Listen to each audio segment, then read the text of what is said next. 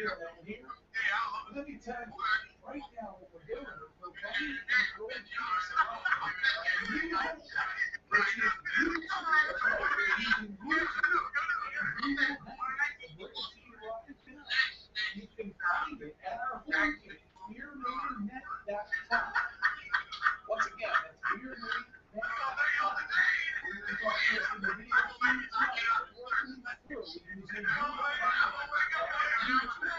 So you'll be able to watch the broadcast much easier through the power of YouTube homepage. And that's all linked up at the all-new beermannet.com, your one-stop shop. Also, you'll be able to hear the Talk Show broadcast, which we are doing right now. Broadcasting to you live and audio. Just says simply audio only. Click that and it'll bring you to all the broadcasts that we have done with telephone calls. And tonight, it is North Catholic Night. That's right. We will be taking your phone call, 724-444-7444, show ID 90046. And right now, we are running the feed in the video feed. We are running that live. And so if you are watching on the screen right now, you are seeing a live video feed being ran out there, and we are opening it up here on TalkShoe.com, so we will take telephone calls tonight. No doubt about it. Tonight we will be taking your telephone calls.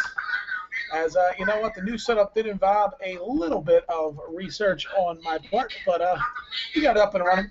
And right now there is a video showing.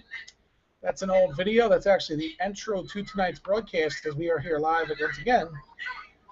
Will be on TalkShoe.com. And this Sunday night, it is a huge, huge broadcast. You don't want to miss it when we have, using our other video home, because tonight we bring a new video home into play, but Sunday night we will be over at Spreecast on the Beerman Network. We'll be having our very special guest. The Caratos will be with us. That's right, the Caratos will be our special guest from Hollywood, California. It's going to be a great night, so I'm looking forward to it. And we will, like I said, be taking your telephone calls tonight, as we always do here on the Beerman Network. We take your telephone calls because the big part of what we do here, we love hearing what's on your mind here live on the Beerman Network. So we are now ready to go, and we open it up. Get ready to have a fun night ahead with YOU. So there you go. The broadcast has begun. Hopefully you had no problems finding us over on the new video home for tonight. So we'll be now using two video homes. And we hope you enjoyed the presentation being shown right now on the video feed. So what we're going to do is we're going to run two different feeds here. And hopefully you are enjoying what we're showing, like I said, over on our video feed as we do it live. And everything is easy to get to tonight as we are hitting the 7 o'clock hour. Hopefully everything's coming across good on your end. So it is a new way of doing things tonight. So, you know, I don't know if it's 100% on your end or not tonight. But hopefully you'll give me the word, as we will be taking your phone calls like we always do here on TalkShoe.com. Of course, is our home for the TalkShoe.com telephone call segment. So that's right. It is brought to you by TalkShoe.com, so we'll give them credit. Meanwhile, like I was saying, BeermanNet.com redesigned with special, easy links for you to get to everything of the Beerman Network. So we made it a lot easier for YOU to get involved. So, what's going on? You know, we're going to get into it here in a few moments because, like I said, right now we're running a little presentation over on our new video home. Kind of want to let that play out, and then we'll come live. And, of course, the phone lines will be open in just a few moments. We will open them up to your phone calls on this Tuesday evening, not Wednesday, as I previously stated on that first blooper wheel. That's right, the blooper wheel was played tonight, as I made my first bloop, calling it Wednesday, not Tuesday. But let me tell you, when you're working 4 days in a row, it kind of all melds together. You know what I'm saying? So as you know, I do have another job.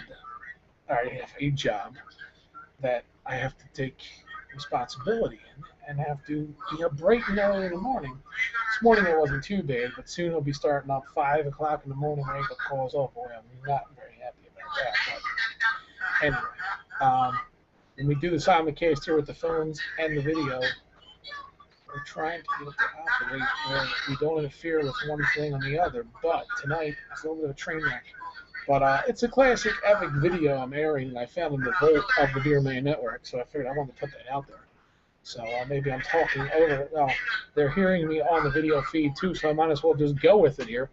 Yeah, no, it's a train wreck. You know, Beerman was going to do that. But tonight is North Catholic night. You want to hear what's on your mind, and like I said, if you're watching on the video feed, I hope you're enjoying the presentation. The funniest man I ever seen, his name was Bob Tucker. I met him on an Amtrak train coming home from Orlando, Florida, and we had one hell of a great night hanging out, partying, talking, whatnot. And like I said, on the video feed right now, you are able to see that. You'll be able to watch it later when you go to beermannet.com, and we'll have everything set up for you to go right there, easy link. So there you go. As always, we make it easy for you. Hopefully nobody's having a problem tonight on this Tuesday night getting to the show page. But tonight we have a little flexibility here as how late we can stay on the air. So you know what? If people decide to arrive a little late for the party, we will accommodate tonight. There's no doubt about it. We'll be able to accommodate YOU on this broadcast tonight. So, I'm going to have to check probably Facebook and whatnot, see if anybody's having a problem getting there. But I told you, go right to beermannet.com. You'll be able to find it. Apparently, a lot of people are probably looking for it there and finding our Spreecast, which is scheduled for Sunday. But we still are live, so that's the bottom line. We are live, and there's no jive. And like I said, we might have to pause for the cause. Tonight, we might have to do a little different here on this broadcast as we check in with Facebook to see if people are having an easy time finding the transition or not. But hopefully, you know what, it'll work out. Everybody will be happy, and we'll see. So I'm going to throw it out there one more time on Facebook and see.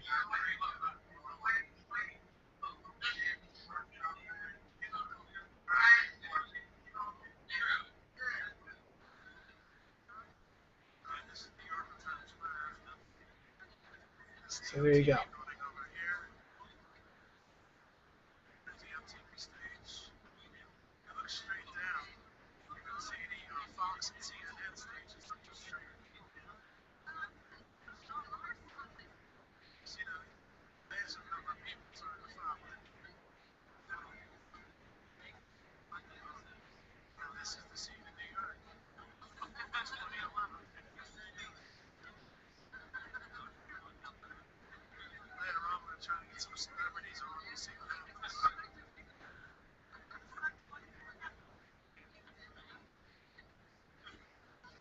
I mean, I'm hoping that it's not complicated and people aren't having problems. I mean, I'm not sure, but, we're hoping that everything's working out, that everybody gets there smooth. I mean, I'm doing something a little different here. So we are doing things a little different tonight, like I said, and hopefully everybody will find it easy to get to. It'll run you about $2,000 for one night. And there's a 2-night minimum, so the bill. So hopefully this isn't rocket scientist and people can get to the show with the new setup tonight that we're trying. We are experimenting, like I said. It's a trial basis. Hopefully it'll be easy to do if we can launch it right. Hopefully it launches right. If not, then that's that. But the phone number, 724-444-7444, show ID 90046.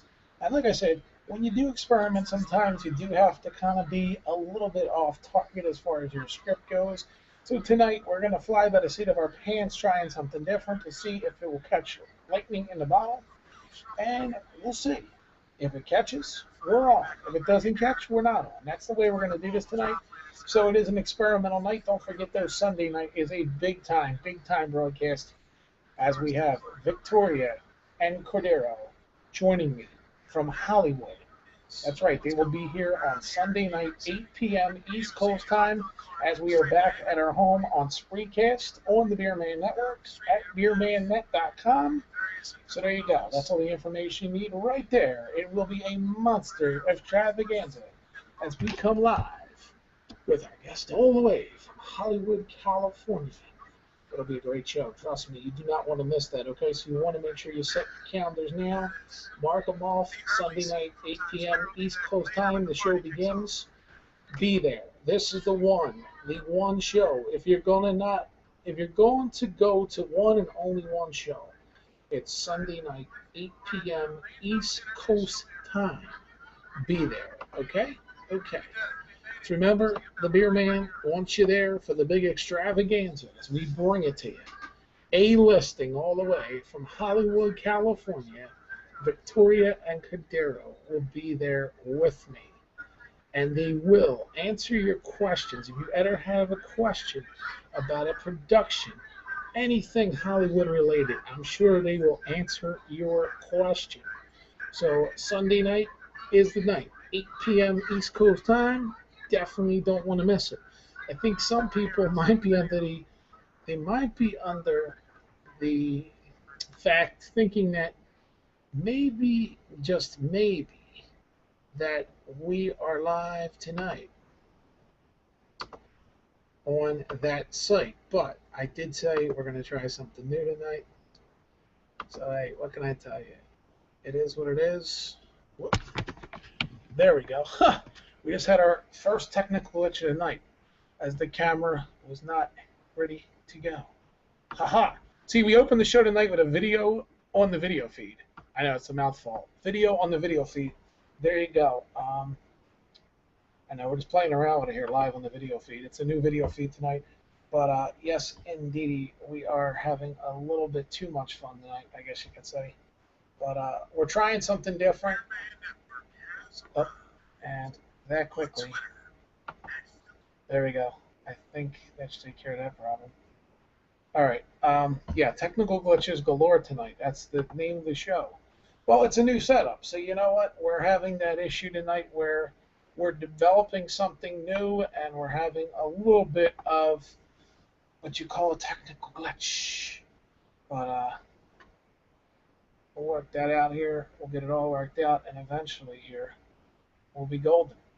We will be golden. There you go. So that's right. Sometimes you have to do it. So anyway, we are going to take your phone calls tonight. We are opening up for North Catholic Night here on the Beerman Network. We are here for the first time tonight on Google Plus and YouTube. So we hope this will catch on. You know, sometimes it does, sometimes it don't. But hey, we hope that, you know, we're going to try something new. You'll bear with us here tonight as we try this new experiment. And that's that. So, anyway, like I said, we are live. We're going to take your telephone calls. Going to make sure the phone lines are open. Don't want to miss anybody's phone call here tonight. That's for sure. So, we'll definitely do that. We'll take your phone calls. As a new setup tonight here on the Beerman Network. It is our debut on Google Plus. First time for the Beerman Network going live using Google Plus. And like I said, hopefully everybody will be able to get to this show without a problem. But, you know, I try to make it as easy and as simple as I could for everybody to get here. You know, sometimes things don't go according to the master plan. Sometimes you just have to run it on the fly. We wanted to see what would happen if we did a show over here. So, of course, we're doing one over here to see. Only because certain people say to me, yo, Beerman, why don't you try this? Well, okay, Beerman says, yeah, okay, that's a good idea. We'll try it. Well, you know what? If it doesn't go over too big and, you know, we have issues, then we won't do it again. So we tried our first provider was Ustream.tv, right? Then we moved along. We went down the road and we said, okay, let's try Spreecast. And Spreecast has been pretty good to us. Now, I decided that I wanted to try to pick up numbers, and I said, you know what, let's put it on Google Plus, because maybe it's a little more traffic over here. So we would try to put it on Google Plus. Well, here we are on Google Plus, and it's only 12 minutes into the show. But, you try different things. Now, tonight we're also trying North Catholic Night. Now, hey, you know what? It is what it is. It's North Catholic Night. The number's still 724-444-7444. And the one thing I already notice here is that, there's a lot of different things when we're setting up a show over here compared to when we set shows up at Spreecast. So, of course, everything's a little different. So you have to get used to it. So you can see in the video stream tonight, things are looking a little different. But the bottom line is, we figured, let's go ahead and try this. Like I said, I've looked at ways of trying to make things different. So we'll do it. This one will be recorded right to YouTube. That's a good thing. Hopefully it'll all work out. I don't know if they changed this because I got to make sure it is recording. Before you used to have to hit something else to record it, but I believe, see, you can see we're having already camera issues. You can see like the camera is a little too tight on me, but you know what? I'm a guy who plays with the camera, so it's like it ain't gonna bother me any. But anyway, I can see there's a lot of different things about the presentation here that's going to be different. But hey, you know what? You go for it. You see what happens. And like I said, we're just going to take your telephone calls here tonight, and we'll see what happens. I mean, maybe we're starting the show a little too early for some people. I mean, hey. But you got to experiment, and one day we'll get this thing right, and we'll have a winner on our hands. Tonight, we might not have a winner on our hands. Tonight, we might have, a learning experience. So, that's that. And I'm fine with that because we try to promote. I mean, we promote it all over Facebook. And, we had Glenn Wilson on. I guess people want guests. I mean, maybe that's what it is. People are like, I'm not coming unless you have a guest here, man. You got to have a guest. Now, like I said, people might think the show is at Spreecast. Well, it's not at Spreecast. And I would hope that they're not confused. I really, really hope that the way I present it to set up on the website at beermannet.com, that it would be simple. I mean, it really is spelled out. I don't know. Like I said, I might be jumping to conclusions here, but I did announce publicly on Facebook that we need tonight to be a big night. We really did. And you know what? At 7 o'clock on June 3rd on a Tuesday night, I would expect things to be really, really jumping. I mean, really. I know graduations maybe are going on, but I find it pretty confusing when I see that people aren't here. And I'm not going to sit here and lie to you, and I'm not going to sit here and sugarcoat anymore. I'm going to tell you the truth. Honestly, it's like we put on a show at 7 o'clock at night. We want you to come here and watch the show, and that's that. And if you're not going to come, then we will tear this baby down. I mean, the bottom line is I'm building it for you to come to it. If you're not going to come to the shows, I'm not going to continuously sit here and host the show. I mean, bottom line. Bottom line is, I'm coming here to do a show and put on a broadcast. And like I said before, the archives, yeah, there's hits there. But the bottom line is, what I really want is to do a show that's interactive.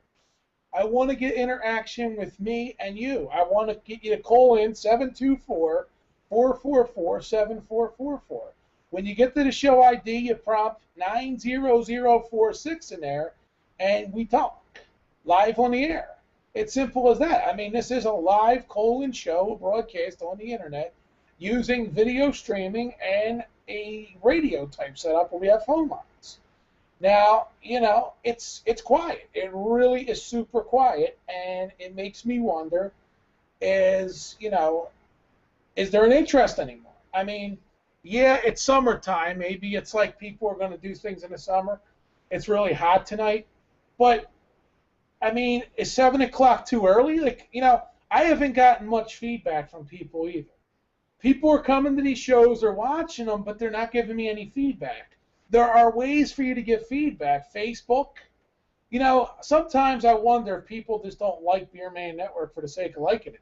See, tonight is a chance for me to call out you guys, to ask you to respond. I want to hear response. You know, when we first started this, we had a two-way dialogue going on. We had callers. We had 3 callers on the first night. Now, we have dropped down dramatically. And, you know, all right, you're watching this at your own convenience on the archive. And don't get me wrong, it's not that I don't appreciate it. But what I'm asking is, what do we need to do to get some interaction going on here? Because what I want to do is a show where we interact with one another. I don't want it to be where I'm just doing a show, sitting here giving you my opinions for an hour or 2 hours, and then you're going to just watch it and not even tell me what you thought of it. I don't get no feedback. Like, that's the thing. Like, I'm going to open up channels here to get feedback from you, the viewer. This is your chance to come out here and watch a show and say, hey, Beerman, here's my feedback, whatever it may be. Like I said, we do a show. Like tonight, I made it North Catholic night, okay? Now, we promoted it all over Anthony Colorando's North Catholic page. Well, let me tell you, it's 7 o'clock East Coast time. I know people come home from work and have dinner, but are you going to watch a crappy Phillies team that's playing ferocious?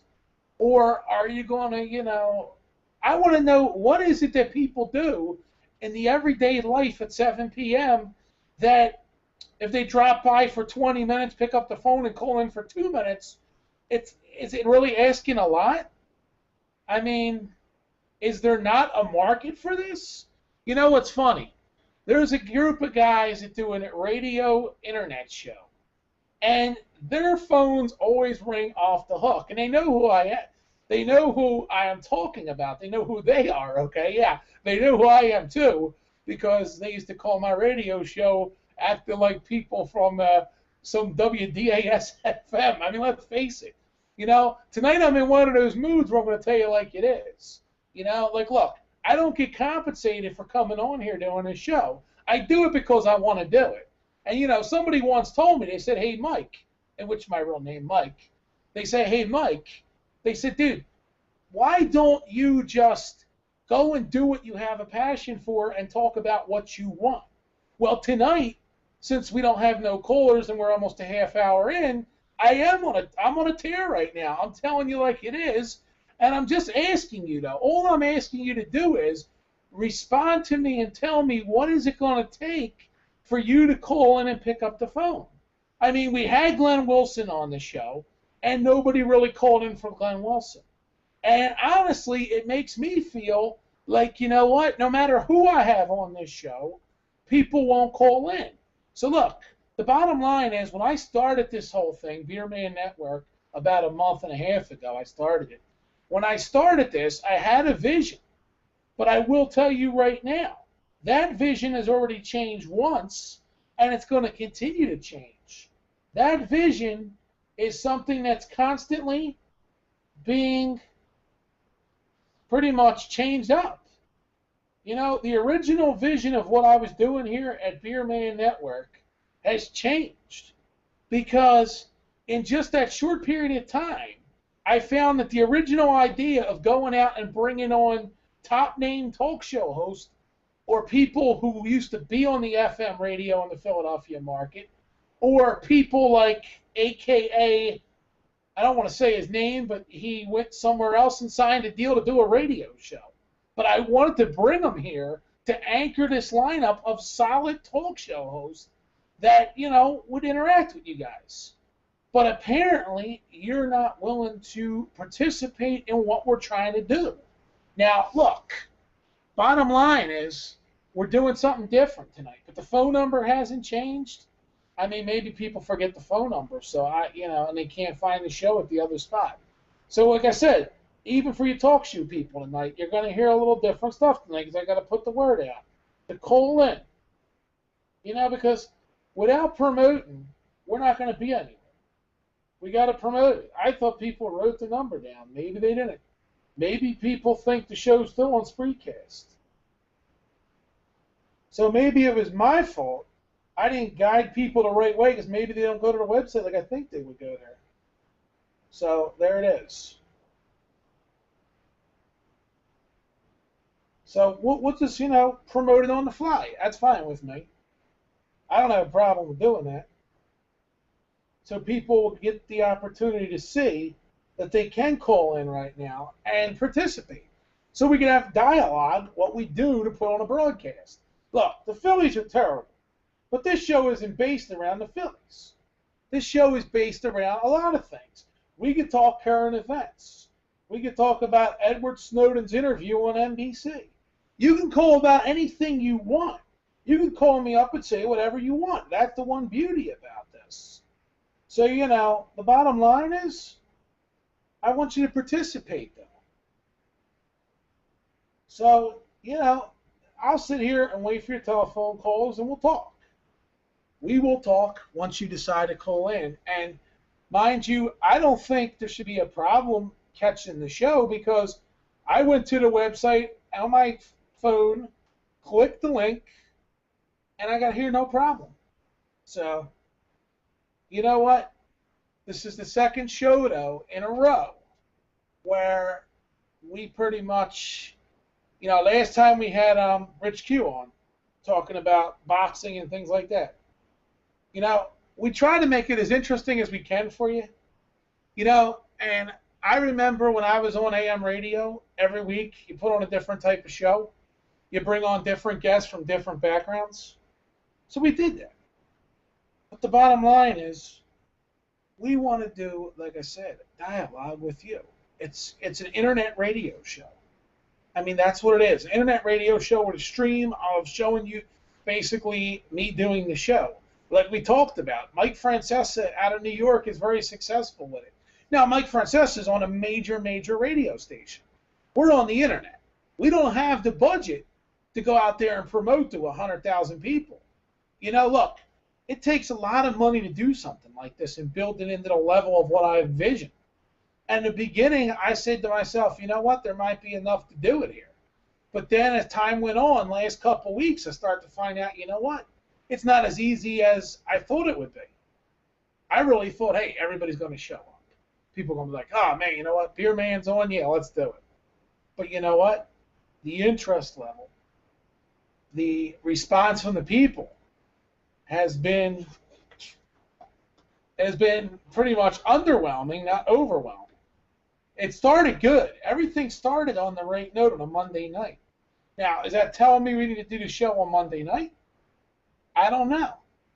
But you know what? I just wish that people, so I'm putting my glasses on live on the air, see that?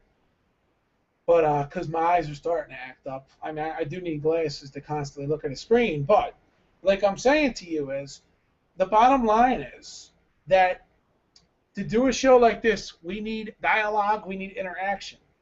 And, maybe we're on too early. I mean, maybe 7 o'clock on the East Coast don't work for a lot of people. Maybe we need to come on at 9 o'clock on the East Coast. I don't know what people are doing. I try to get feedback from you, the viewers, who watch the archives and whatnot.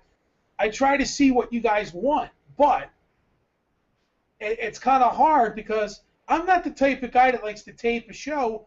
If I want to tape a show, I want to go out there with the people. I'll go out to the beach or the boardwalk and film a show, and then we'll air it back so this way you can watch it later. If that's what you're really ready to, embrace, then that's what we'll do. We'll let you embrace that. We'll give you what you want. See, as the Beerman, at the Beerman Network, being the main platform here, of course, the main name of it is Beerman Network. And we're making entertainment fun again. Well, look, the weather hasn't been good. I also, like I said, I work a full-time job. It's difficult for me because I'm still recovering from an automobile accident where my car was totaled back last summer. I mean, let's face it, there are a lot of obstacles that I'm trying to overcome to put on a good product week by week. But we're back here tonight. It's June 3rd. We put the link on the website. People knew this show was coming up tonight. And yet, they're not on the link. As I can see right now, they're not here. They were here, but it makes one wonder, like I said. Did people think I was starting the show at 8 o'clock? I don't know. But I'm definitely a little confused And honestly, at this point, I feel like, you know what? This is one of those shows that, you go on, you expect people to be here, they're not here. So, you know, the bottom line is when you start to realize that when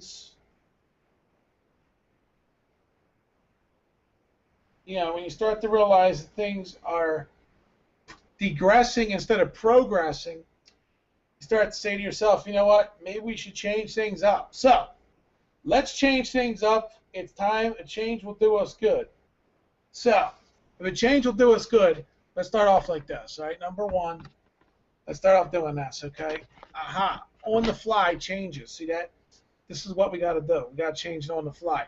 Number one, I got to make it more comfortable for the way I want to do it here. All right, let's face it. What I do here is a lot of people, I think now, might be under the perception that this is some kind of joke, okay? It's not a joke. Now, we're testing something new tonight. I don't think it's working. So, people should know where to find us, and that's what I have to find out is why aren't people coming here to this new page? It was easy to get to. I don't know. It is, like I said, June 3rd. There could be a lot of things going on in people's lives. I don't know. But I can tell you one thing I've noticed quickly. The interest level from beginning to now has dropped off so bad that something has to give. So, bottom line is, what do you do when you feel like everybody's interest level is not there anymore? Well, that's when you make sweeping changes. So, here's what we're going to do.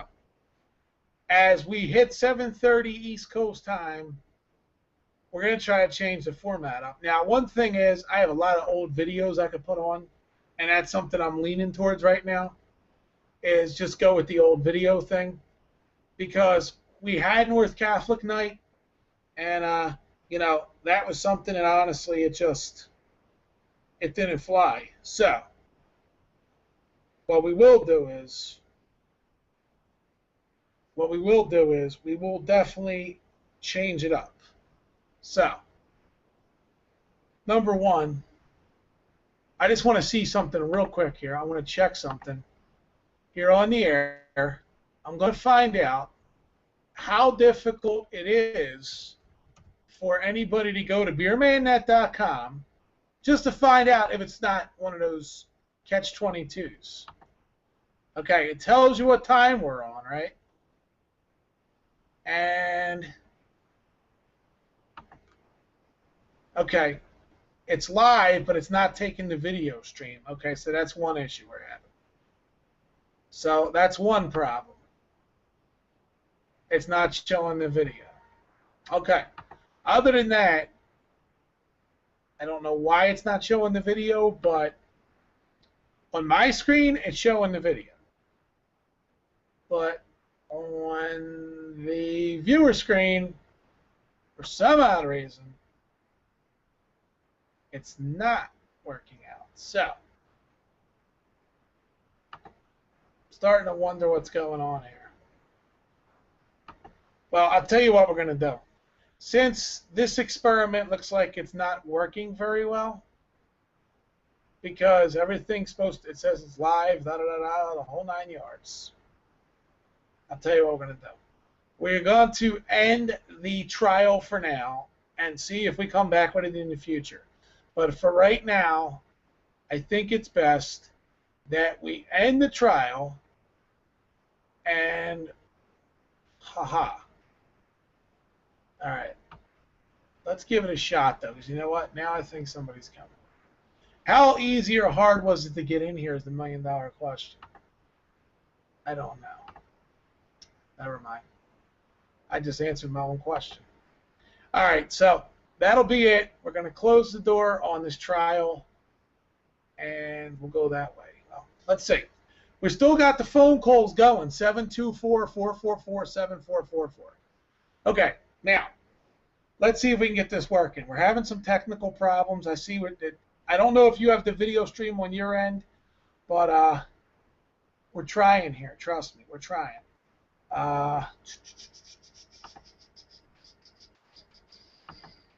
All right. You know what? Let's just keep it going. But bottom line is, this is a test tonight, and so it's a test for talk show, even though talk show we know works. But phone lines are dead as a doornail. I ain't gonna lie, it's dead as a doornail. So, you know, I'd rather be talking to Glenn Wilson right now, to be honest with you. But you know what? You let other people produce your product, and sometimes that's what happens. You wind up, like sometimes you really got to step up and say, what, enough is enough. And that's the way I feel right now. Is it really is very disappointing that.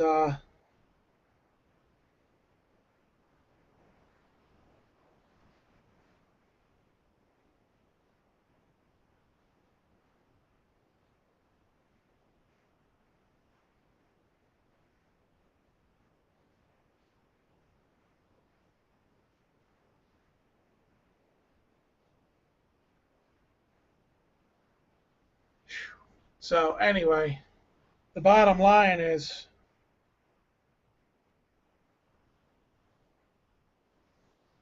Anyway, it's like this guy used to say back at that high school. He used to say it the perfect way I want to say it right now. I'm not even going to say it, though, because you know what? We're not going to go there. But I did talk about burning bridges down, and sometimes you got to burn one down when it's not producing. And I'll tell you, I'm really, really close to just saying, you know what? It's like, it's just, the support level from these people just, they're such self-centered people that they won't want to support what you're doing. And you get broken promises from people. And eventually you finally draw a line in the sand and you say, you know what, enough's enough. So, broken promises don't go far anymore.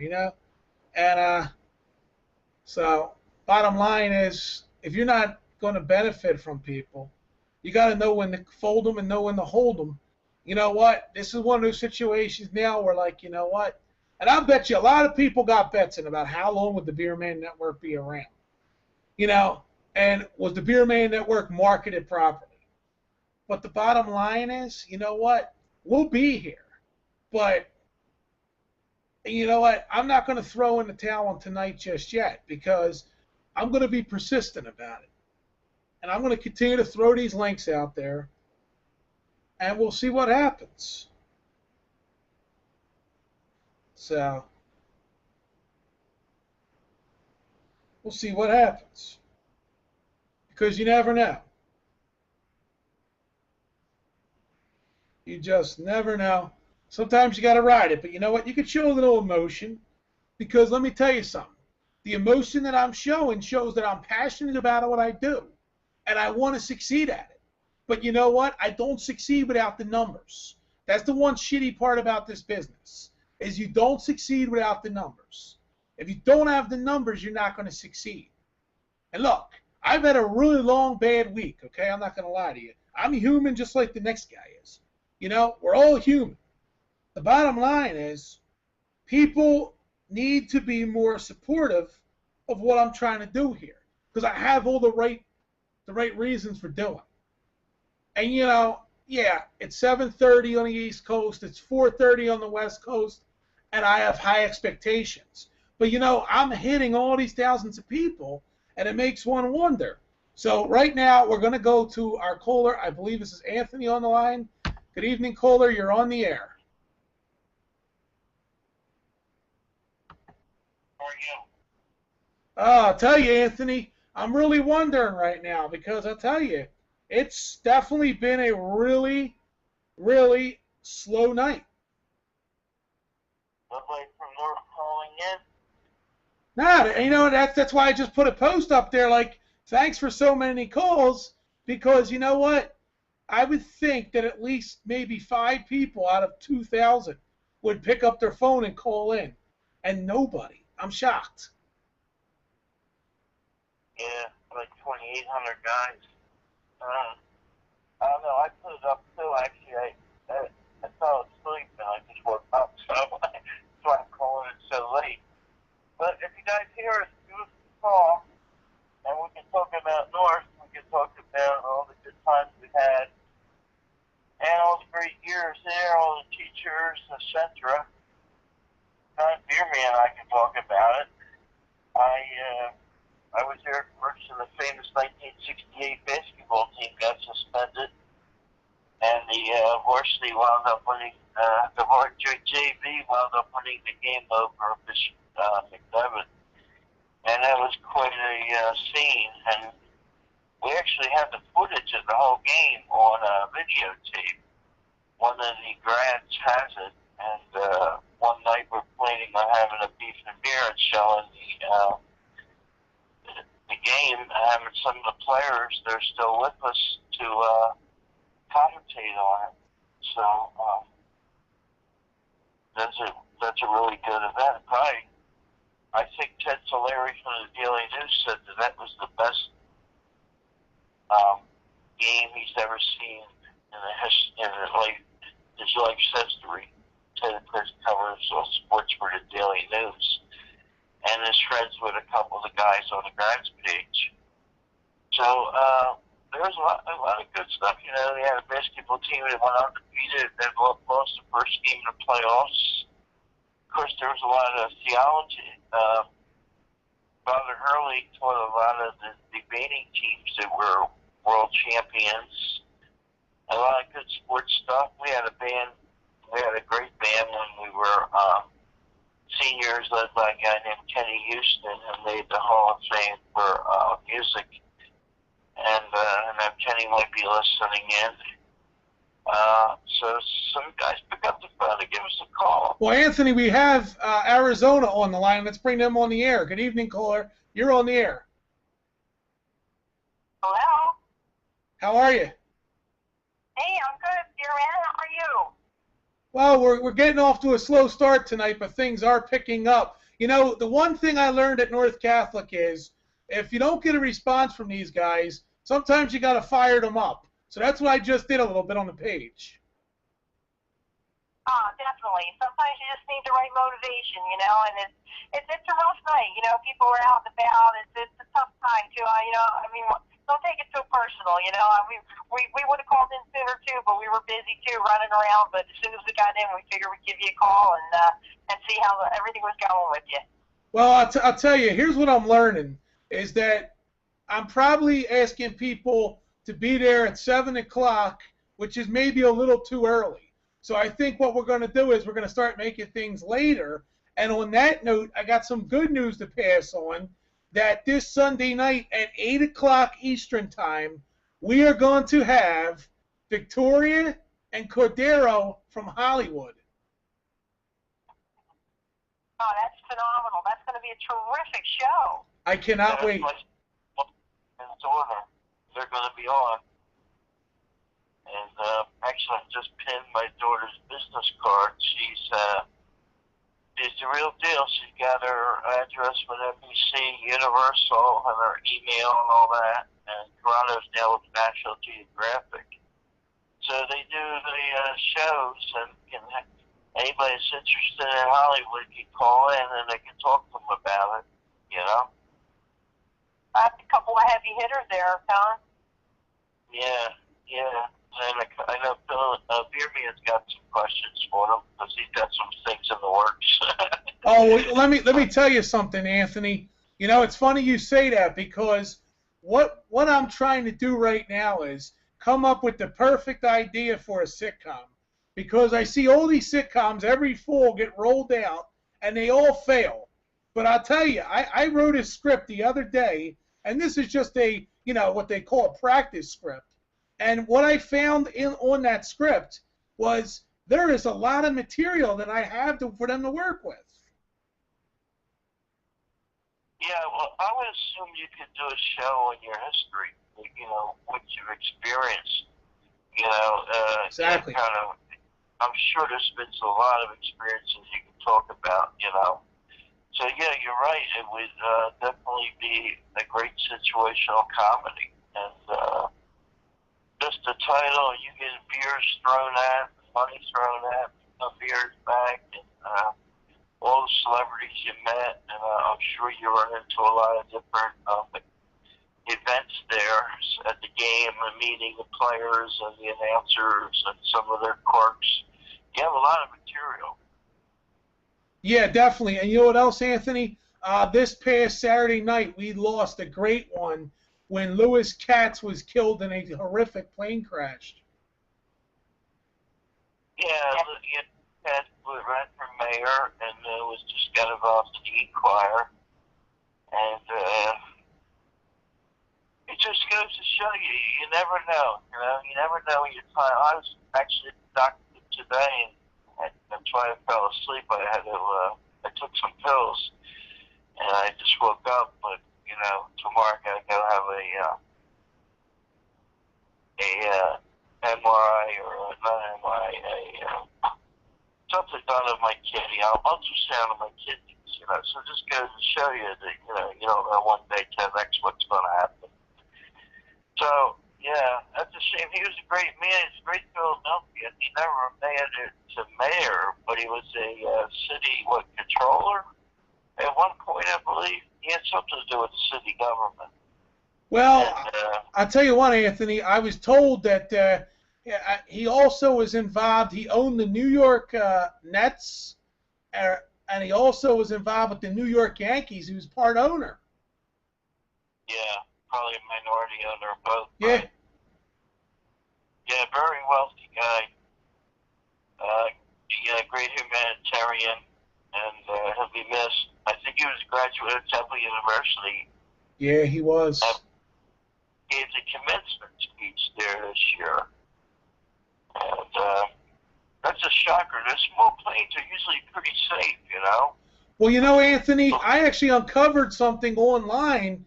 There were reports out there that one of the other former owners of the Inquirer could have been involved with some foul play.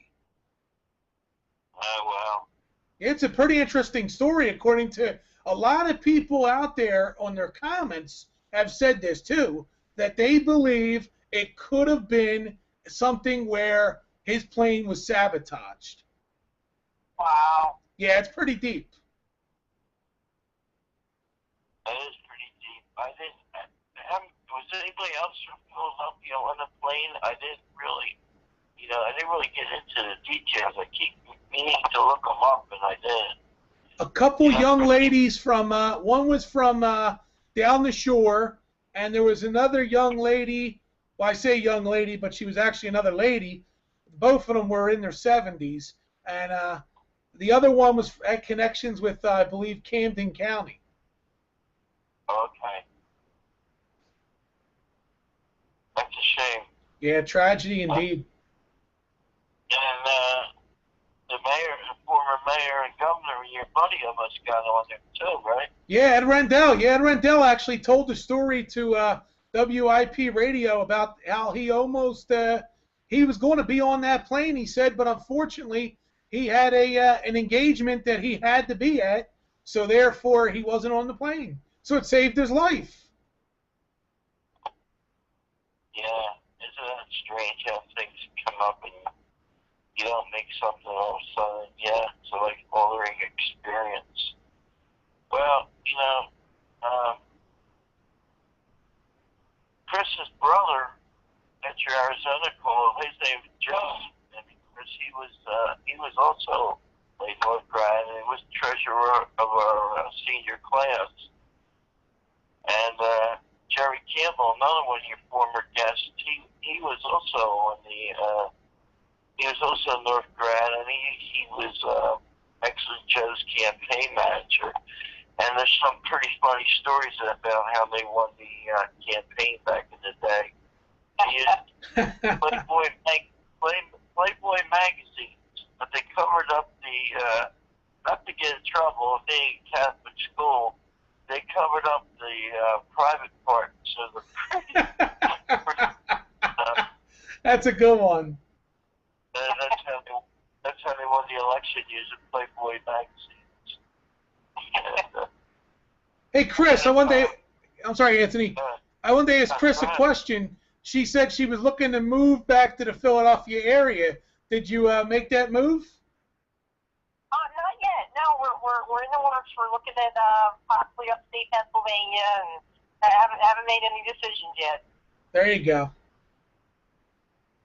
Lots of pretty places back here, that's for sure. Just want to be closer to family, you know. Oh, I totally understand that. I mean, we were talking originally about moving to Florida, and now it's kind of put on ice. We're already delayed till at least the end of 2015, so everything's changing quickly. Wow.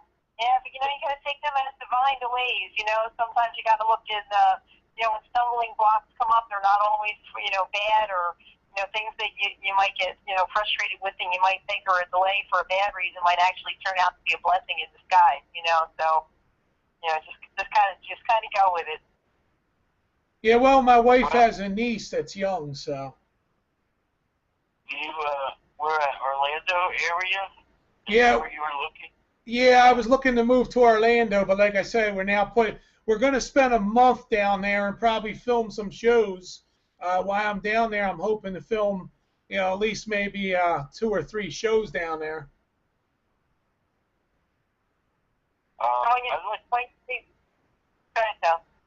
I like Kissimmee, Florida. It's right outside Orlando. I don't know if you've been there.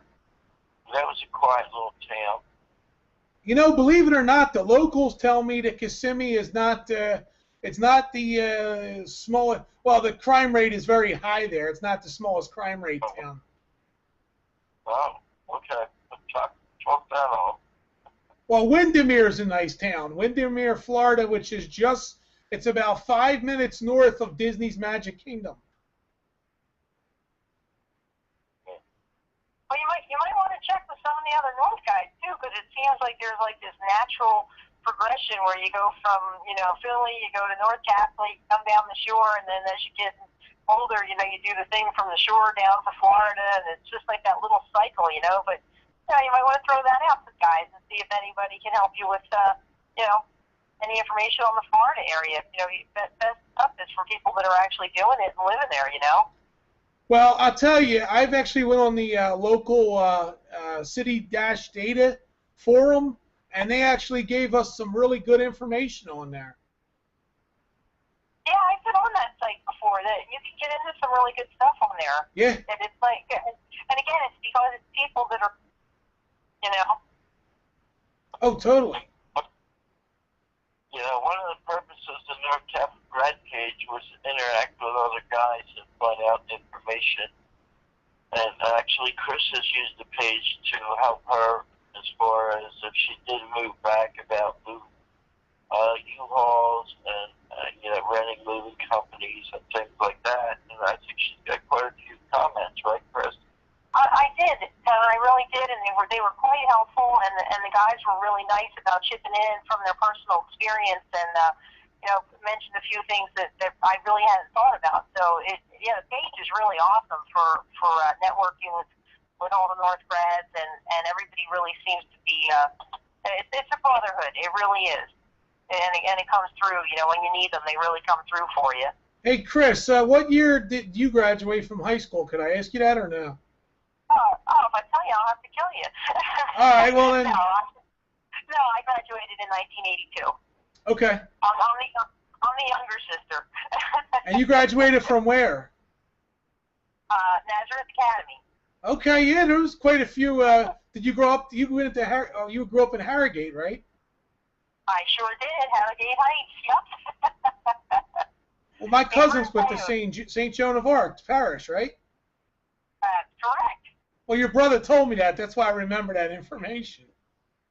Oh, that's good, because there was going to be a quiz right after this, so that's good you were paying attention.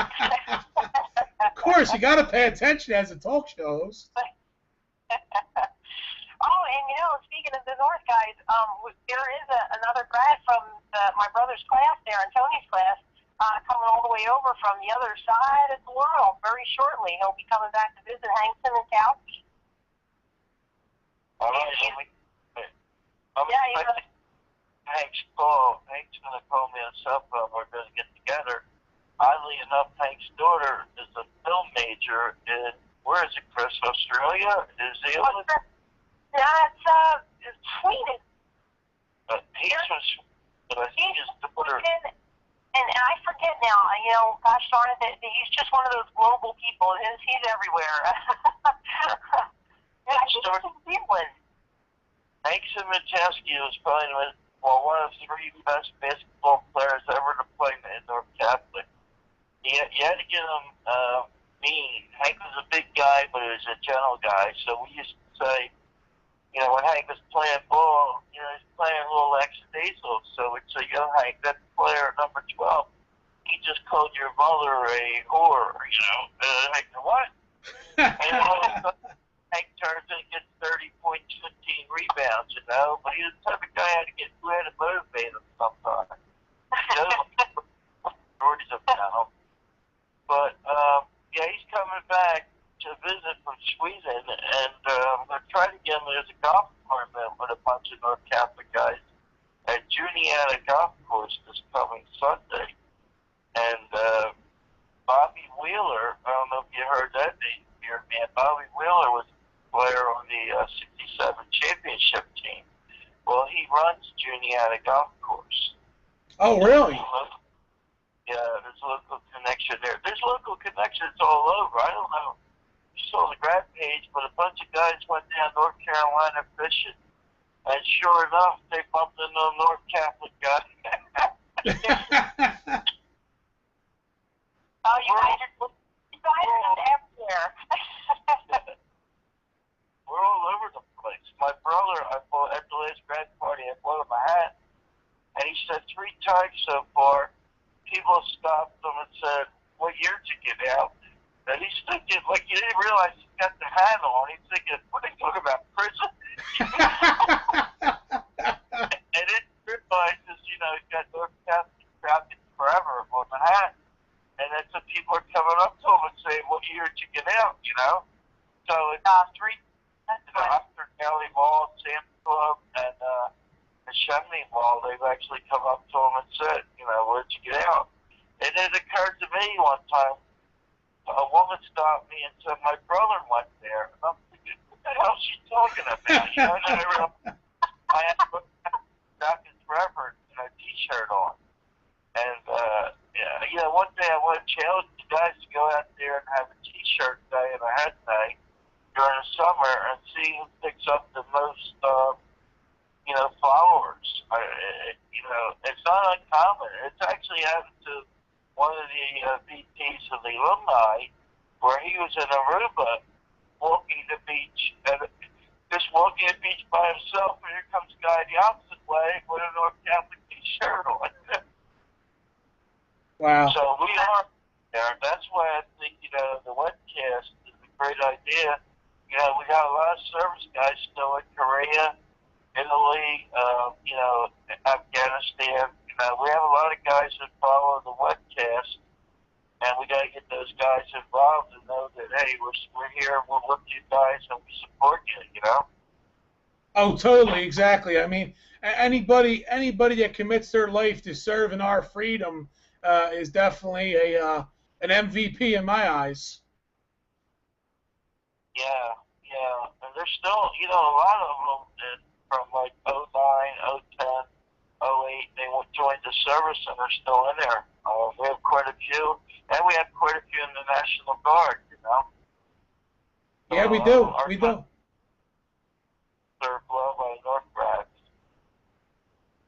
Well, that might be kind of an interesting take too. Maybe one night you could do a show just on, North Catholic spans such a great period of time. I mean, you probably got guys that were, I don't know, maybe as far back as World War II and all the way up through Vietnam and all the current stuff now. That might be kind of a cool thing to just have all the guys that are in the service then or have served and just have them call in and kind of talk about some of their experiences and stuff. That would be a great show. Chris, tonight's show is actually the North Catholic theme tonight.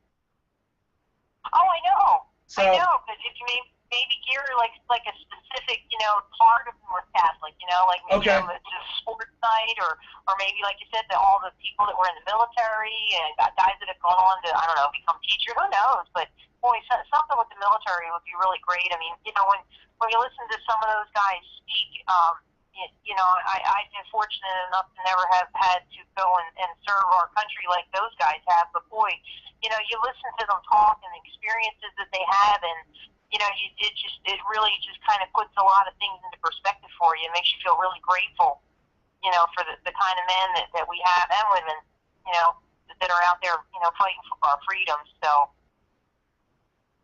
Well, my father-in-law, he's not a North Catholic grad, but he was in Vietnam, and the stories he told me about Agent Orange, and I mean, it's crazy. Yeah, North Catholic had one of the most famous generals, General Kelly, who, I remember him well. yeah, he's a North Catholic guy, and I believe he has passed away subsequently, but he made a quite a name for himself. And you know, our long rich tradition goes, you know, from Bill Keane and Family Circus to Jack Whittaker, the sports announcer, to Bronco Nagurski, the football player. I mean, the guy, I forgot his name, but this guy that wrote the book for dummies, Computers for Dummies and all. He recently passed away in March. The guy was worth like $6 million. Wow.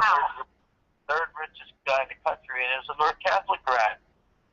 Is that right? Yeah. Hopefully somebody will call in with his name, but he had just passed in March, and he wrote the For Dummies series, and was quite wealthy, and same way Bill Keane, a quiet man, successful man, and I know we have quite a few authors. We have William Altamari and Robert Spieler, and we have, of course, Jerry Campbell recently. So we have our authors also, and we have a lot of guys that made it out in Hollywood. I told my daughter there's 3 North Catholic guys that are involved in production. We have Tom Rossano, who's out there in New York, has produced quite a few movies and is working on Suspension, the movie about the North Catholic basketball team. I don't know, he was at the grads party, very nice man, taught at work. Then when he did My Weekend with Bernie and Airplanes, Planes, and Trains, and a few other comedies.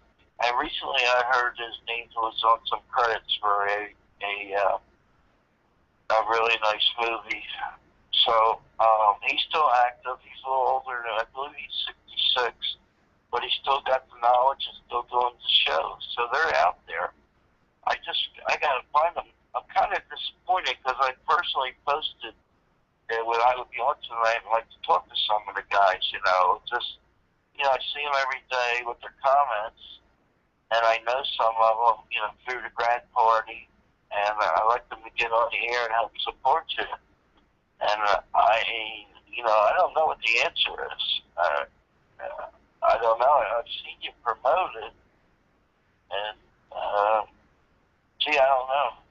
Yeah, well, that was the question I was asking when I started the show tonight. I spent the first 20 minutes or so of the show. I opened it up, did the normal thing, and then I said, I wonder why I never get much feedback from people telling me, like, I'll tell you this much, Anthony, you have been the most helpful person that I've ever worked with, because you really do work with me. Every show you've been there, to help me as far as, whatever I needed done. You helped get me Rich Quinones. You got your daughter, Victoria, coming on, your son-in-law, Cadero, coming on. And, I'm hoping that that'll be what we really need to put it on the map. You know what I'm saying? Well, I put my daughter's business card online. I got like 60 responses already, and I just put it on last night. So, if they know somebody's calling from Hollywood, NBC, Universal, hopefully they'll have some questions about, the film industry and everything. And, I always wanted to do the North Catholic grads, movie, have something, because our school with the rich tradition and the way that we kept the grads page alive, even though the school's been dead 4 years. And Chris knows the story. The grads page was me waking up one day, and Chris was one of the first persons I called. I said, I think the Holy Spirit came to me during the night. I woke up saying I must put the grads page, and Chris can vouch for this. And I was turned down by 2 of my friends to help me, so I took it on alone. And venture out there and do things. And, you know, life is short, as Mr. Katz learned, unfortunately, the other day, you know. Exactly. He just won, you know, he just had the winning bid on the Inquirer. And, you know, he had a lot to celebrate, and, you know, there goes the plane. Yeah, you know, there's been a few instances with those small planes are very easy to tamper with. You know, not saying someone did it, but on the same token, you know. Well, you know what, anyway, Anthony, we owe it to report what the facts are as far as what the people are saying, and that's all I'm reporting here tonight. Is I'm not reporting that somebody tampered with the plane. I'm just reporting that there are reports and there are opinions that are out there of people saying they believe that the plane was tampered with. You understand what I'm saying now? Yeah, I get you. Yeah, there's a lot of things, you know. Well, look at that basketball referee. For all those years, he was fixing games and nobody knew it, you know. Right. But he could get by the system and do some things and get away with it. Anyway, I'm bewildered because, like, when I comment on the grads page, I get like 20 or 30 comments, and I wonder if is anybody listening in that isn't on the air? Right now we're on Google Plus. We have one viewer. Now the thing is, I notice we get a lot of views when we're not on the air. It seems like a lot of people come to the show when we're not broadcasting live, which I don't understand why. Yeah, I guess they're getting stage fright, you know, where that thing where, you know, blah, blah, blah, blah, you know, they like, you know, all of a sudden they think people are hearing them and, you know, they get stage fright. Other than that, it's me in the restroom. You know, I'll go, you know, to the urinal, and all of a sudden there'll be a guy waiting behind me, and all of a sudden, you know, I get stage fright. I can't, like, you know.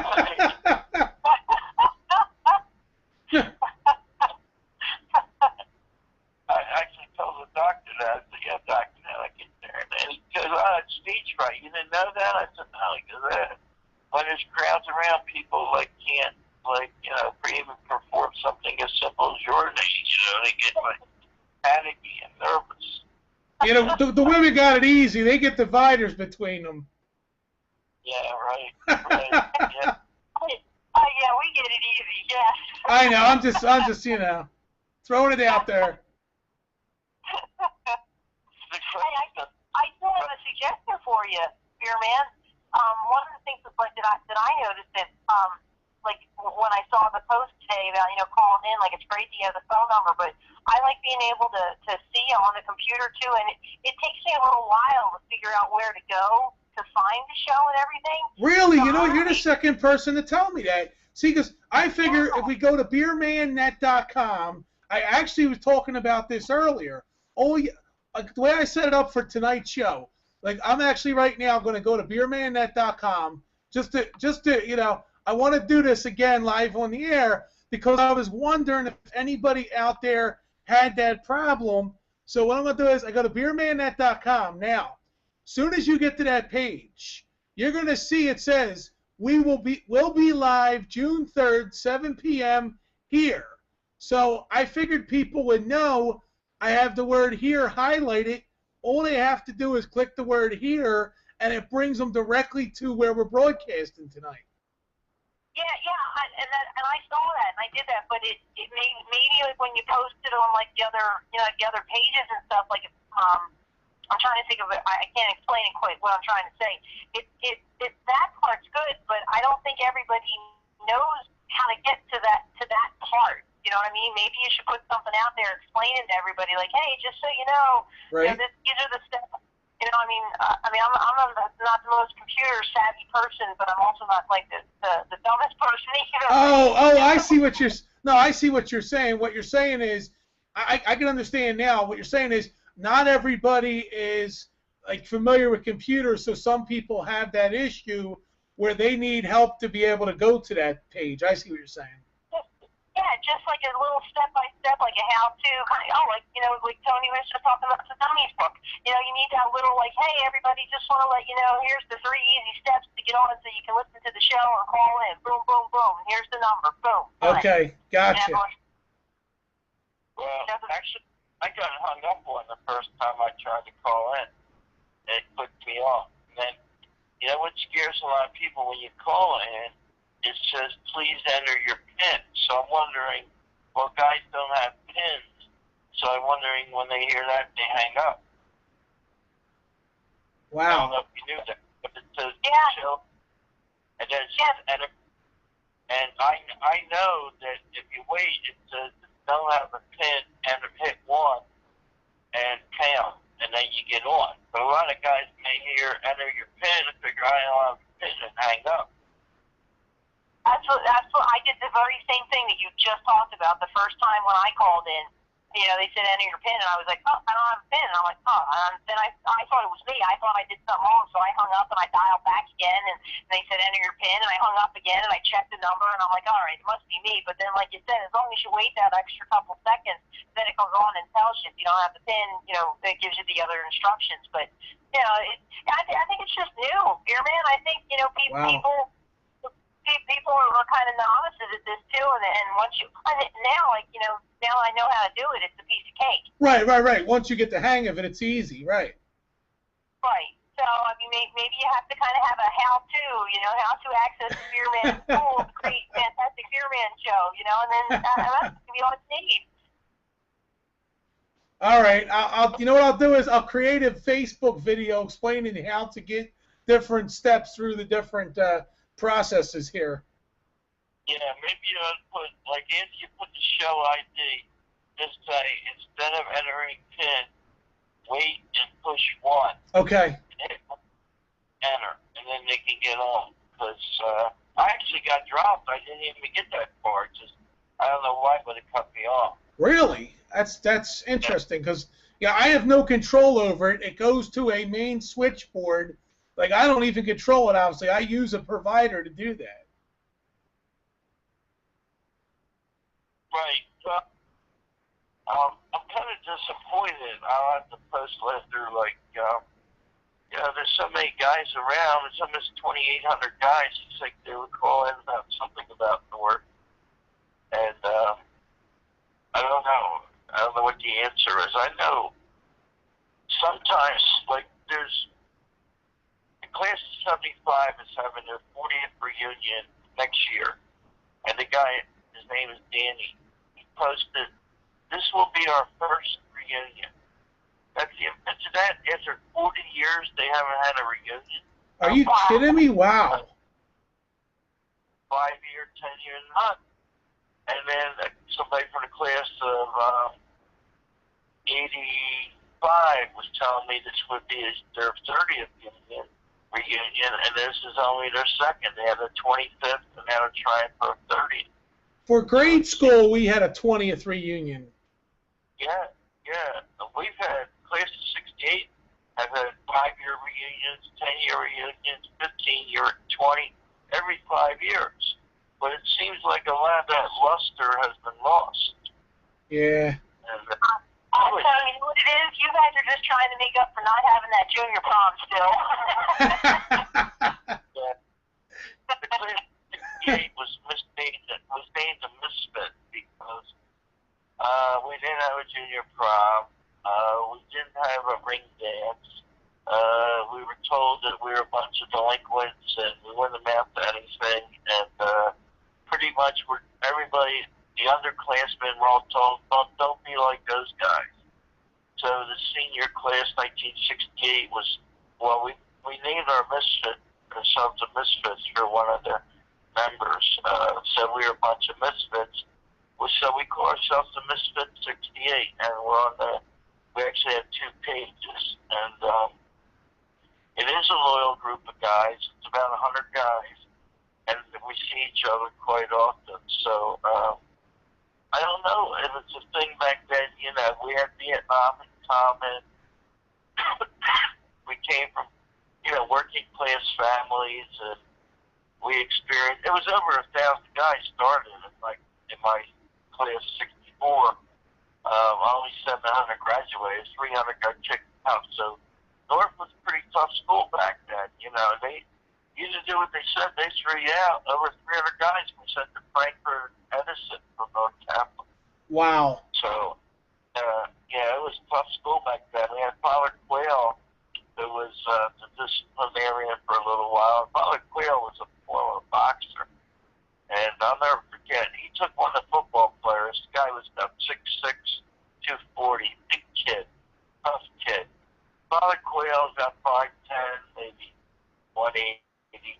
One punch in front of the whole senior class from Father Quayle, the kid went down cold. Wow.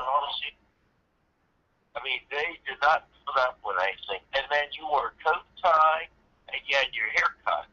Sideburn, you got jugged for sideburn. One time, Father Quayle came into my classroom, and I put my arms, I put my hands like over my sideburn. And he goes, look at this clown over here thinking he can get away with having a sideburn. You guys, go get a razor and go cut the sideburns down and go to jug. Well, I got sent to jug for not shaving, but I wasn't handed a razor. Yeah, they gave me a dry razor. You had to go use some water and soap in the restroom and cut the sideburns. Yeah, and then you wore a coat and tie in those days, and you had to take 2 textbooks home every night, whether you open them or not. Their theory was you take the books home, you stand a better chance of studying. So guess what? You got jugged if you didn't have 2 books in your hands. So they were tough back then, you know. Yeah, it was different times. Yeah. Go ahead. Yeah. No, I was going to ask, I mean, one of the fond memories I had was always going to the North dances. You know, when I was in high school, I mean, that was always a highlight, you know, and we didn't like the judge dances or up at Ryan or any of that. We always, you know, really enjoyed the North ones. Did they do dances and stuff for when you guys were in school? Yeah, the mixers. We called them mixers, and when a slow dance came on, I'll never forget Father Hanlon, God rest his soul, a great priest, a funny priest, one of the top, most popular priests. He'd go, too close, move away, move away. He couldn't dance like close like you would do in the public, like when they had Concord Ballroom and things like that, where you couldn't dance close. They kept their eyes on you. And you know, it's really, another weird thing is, there were certain songs, like by the Rolling Stones, you weren't allowed to play. The Rolling Stones were like the devil in North Capital when I was in Eddie Rolling Stone and Sympathy for the Devil? Are you kidding me? You play that, every priest would be chasing you down the street. You know? The Beatles, of course, were no good with the long hair. You know, so we were in these times where our music wasn't allowed in the school. And, wow. It was different times. They were tough, the priests, and, you know, they brought us all up and we became, you know, pretty good people, but, you know, if you went up, if you got in trouble with a priest, and the priest hit you, and you went up with your father, your dad would tell the priest, hit him again. Wow. Yeah. Right. I'm guessing because I know that to be true. Right. Hit him again. Yeah. Yeah. The parents were on the teacher, unlike now, where they're ready to sue the teacher. If you hit little Johnny or little Mary, you know, nowadays it's the teacher's fault. It's never the student's fault. But back in '68, it was our fault. We paid for it. Well, Father Hanlon's tagline was, he used to love to call guys Jack when in the 90s. He was still there. He was working in the library with the Sister Spitfire, they called her. And he used to work the library, and he'd go around and go, hey, Jack, and he'd slap people in the back of the head. Yeah, I heard he used to hit guys with erasers, too, when he in classrooms throwing the eraser at people. They don't get erased.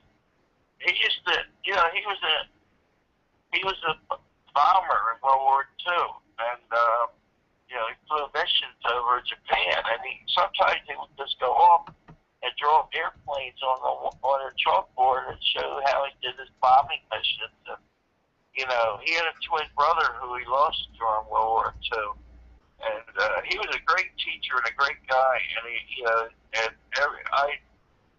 to the very end, one of our misfits took care of Father Hamlin, and you know, was always there for Father Hamlin. And a lot of the guys have adopted, like Father Hurley, Father Hagen. These guys are a lot of North guys. They don't mention it, but they take good care of those priests. They drive down the Child, Maryland, and they see them.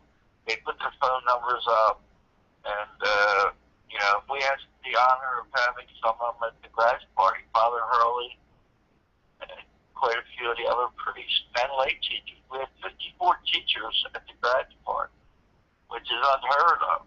We had Mr.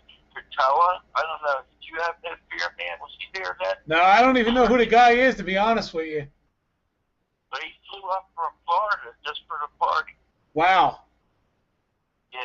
So that's how much he saw the North. I'll tell you who I did have. Jerry Donahue was there. Alvin Dixon, Bill Sable. Let me tell you about Bill Sable, a good story. There was this kid that used to drive him insane, okay?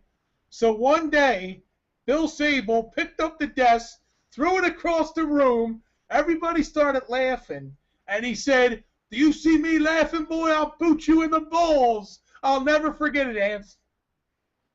Wow. True story. He was football coach too, wasn't he? Sable was a rough guy. He graduated in '66 with my dad, actually. Oh, wow. Yeah. So I met him at one of the teachers have a lunch every Tuesday. That may be something for you to do if they look at you.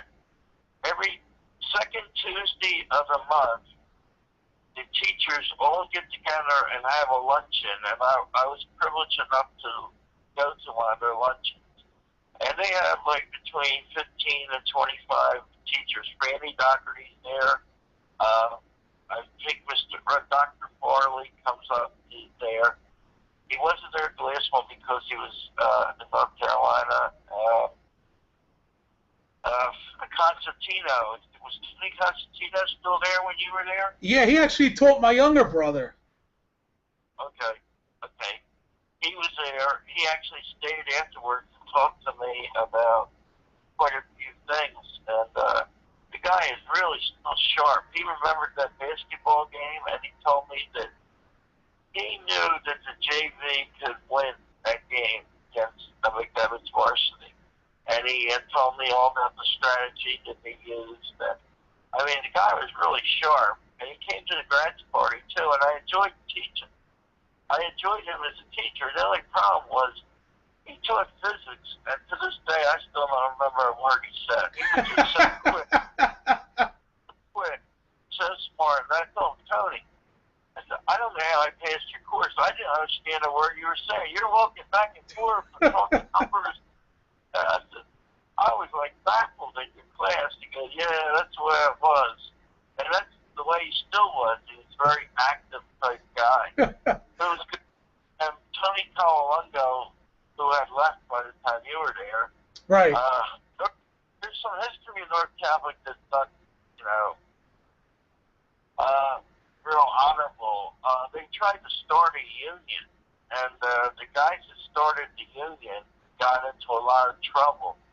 And, you know, they weren't paid well back in the 60s. I think every teacher had to have a second job to make a living because they just didn't pay the Catholic teachers well.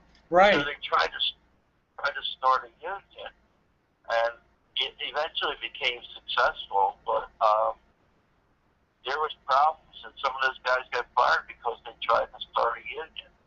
And then there was another guy, Walter Johnson. Was he still there teaching? Yeah, Walter Johnson. Walter Johnson used to come on the loudspeaker in the cafeteria and tell everybody it was time to clean up. That's what his thing was. He taught me English, and then I learned, as I read the page, the grad page is so good because I learned, like, from guys from the 70s, 80s, 90s, and the zeros, you know, how things change. Well, he became a German teacher. This famous teacher, what language? And they said Walter Johnson. I said, wait a minute, he was an English teacher. They switched. He switched over to German. Well, let me tell you, Anthony, I'll tell you one thing. The biggest villain in North Catholic history, and I hate to say it because the guy died recently. Well, he died like about a year or two ago. Joe Oliver. You remember him, Mr. Oliver? Oliver, yeah. He was a villain. The guy was a bad guy. He wasn't a good guy. Yeah. I had him for English senior year, and the guy broke my stones pretty much the whole year. Wow. He made me write out the whole book to graduate with my class. Right. And what did you do? What aren't you telling us? Oh, after I graduated, what I did, one night a buddy of mine found out where he lived. We'll leave it at that. You know, the grad page doesn't seem to be too well taken off right now. There's not too many comments. So I guess maybe we had a bad time. I don't know. Are the Phillies on tonight? The Phillies, yeah, they're playing, but they're terrible. Who would waste their time with that team right now? We got a lot of diehard guys. One of the questions I put on, would you trade Chase Utley? Who I consider the most valuable player on the team. And the majority of guys said, yeah, trade him and get something for him, I think Ruben Amaro is clueless.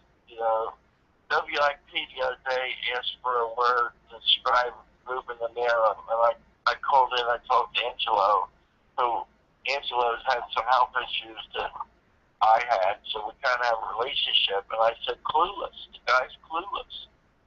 And he liked that, put me in the top 10, but I didn't call for a prize. I called to, he doesn't have any idea what's going on. The team is not, it isn't 2008, it reminds me of, like he's living this dream that has passed, It's like having an old girlfriend or boyfriend who got married and had kids and still thinking you can have a relationship with them, It's gone, it's history. And he keeps bringing up these guys from the minor leagues that fail terribly, Well, last night, Felipe Almont gave up the grand slam in the ninth inning. Right. Yeah. Well, he's gone now. He got rid of him. Ethan Martin came up today. Okay. And what about the kid at third base? He's hitting well. Why don't they bring him up? They need a third baseman. Franco, is that his name? Franco? Yeah, but you know what? They said they don't want to rush him. They want to give him some more seasoning. Well, I don't know. And look at Dominic Brown. How did he hit 20 home runs in 1 year? They had 1 month. Did they drug test him? Yeah. Yeah, 1 month. Remember his player, month? He had 20 home runs and all these RBIs, made the All-Star team. It was only that 1 month. It was a fluke. That's all it was. It was a fluke. He's at 203 with 2 home runs. Yeah, terrible numbers. Terrible numbers. And they sent Darren Ruff down. Why don't you play Darren Ruff in left field? I think they sent him down, didn't they? Yeah, that's what I'm saying. Though. But why didn't you keep him up here and send Brown down? I don't know. Some of those guys, Hernandez, he's hitting below 200. I used to like him. I used to love Hernandez. He used to be a heck of a ball player. And then, I don't know if he got hurt or what happened, but he just, I don't know what happened there. Last year, he was doing great when they brought him up. I don't know. It could be the back and forth, playing if you're not, afraid that if you have a bad game, you're going to get set down. I don't, what sets in players' mind. I mean, I just heard this the other day that something happened. Chase Utley was on base, and Ben Revere was on base, and Ben Revere was on third base. And Utley, was managing Revere, waving him to take a bigger lead. And I guess Sandberg showed up on that, and they asked Sandberg, why was Utley waving Revere to take a bigger lead on third base when the coach was right there, you know? And I don't know if you heard that, but that evidently became a little bit of an issue. So they should play the game the way Utley plays the game, and they would win a lot more games, you know? You know, Anthony, I keep getting this person coming in there. He's coming in the talk show chat room under guest 4, guest 5, guest 6.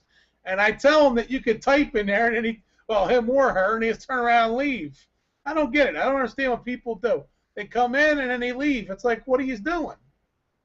I guess we're putting them to sleep. I don't know. These people are, you know how it is. You can't please everybody in these chat rooms. If they come in the chat room, do they have the access to push numbers and they get on the air? They can. I don't think they can get on the air in there. Like, there's actually in the main chat room, they could actually use their web camera if they really wanted to. Now, here's somebody again. We got guest 7 coming into the room. Hello, guest 7.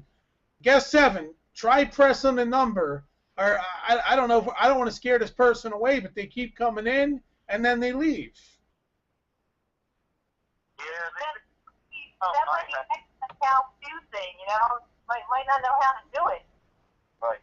I mean, if there is a pause and it says enter your ID number, can you get like a general ID number so that you can put that on there so that might make it easier for everybody? Would they let you like get an ID number so it says when enter your ID number time you just enter a number that you put down? You let them so far, but now they got to be maybe handheld and learn how to plug themselves in. All right, let's see. Guest 7 just said, what's up? Guest 7, how did you find us? Here we go. They're actually going to talk with us, Anthony. Let's see if Guest 7 will tell us where they're from and whatnot.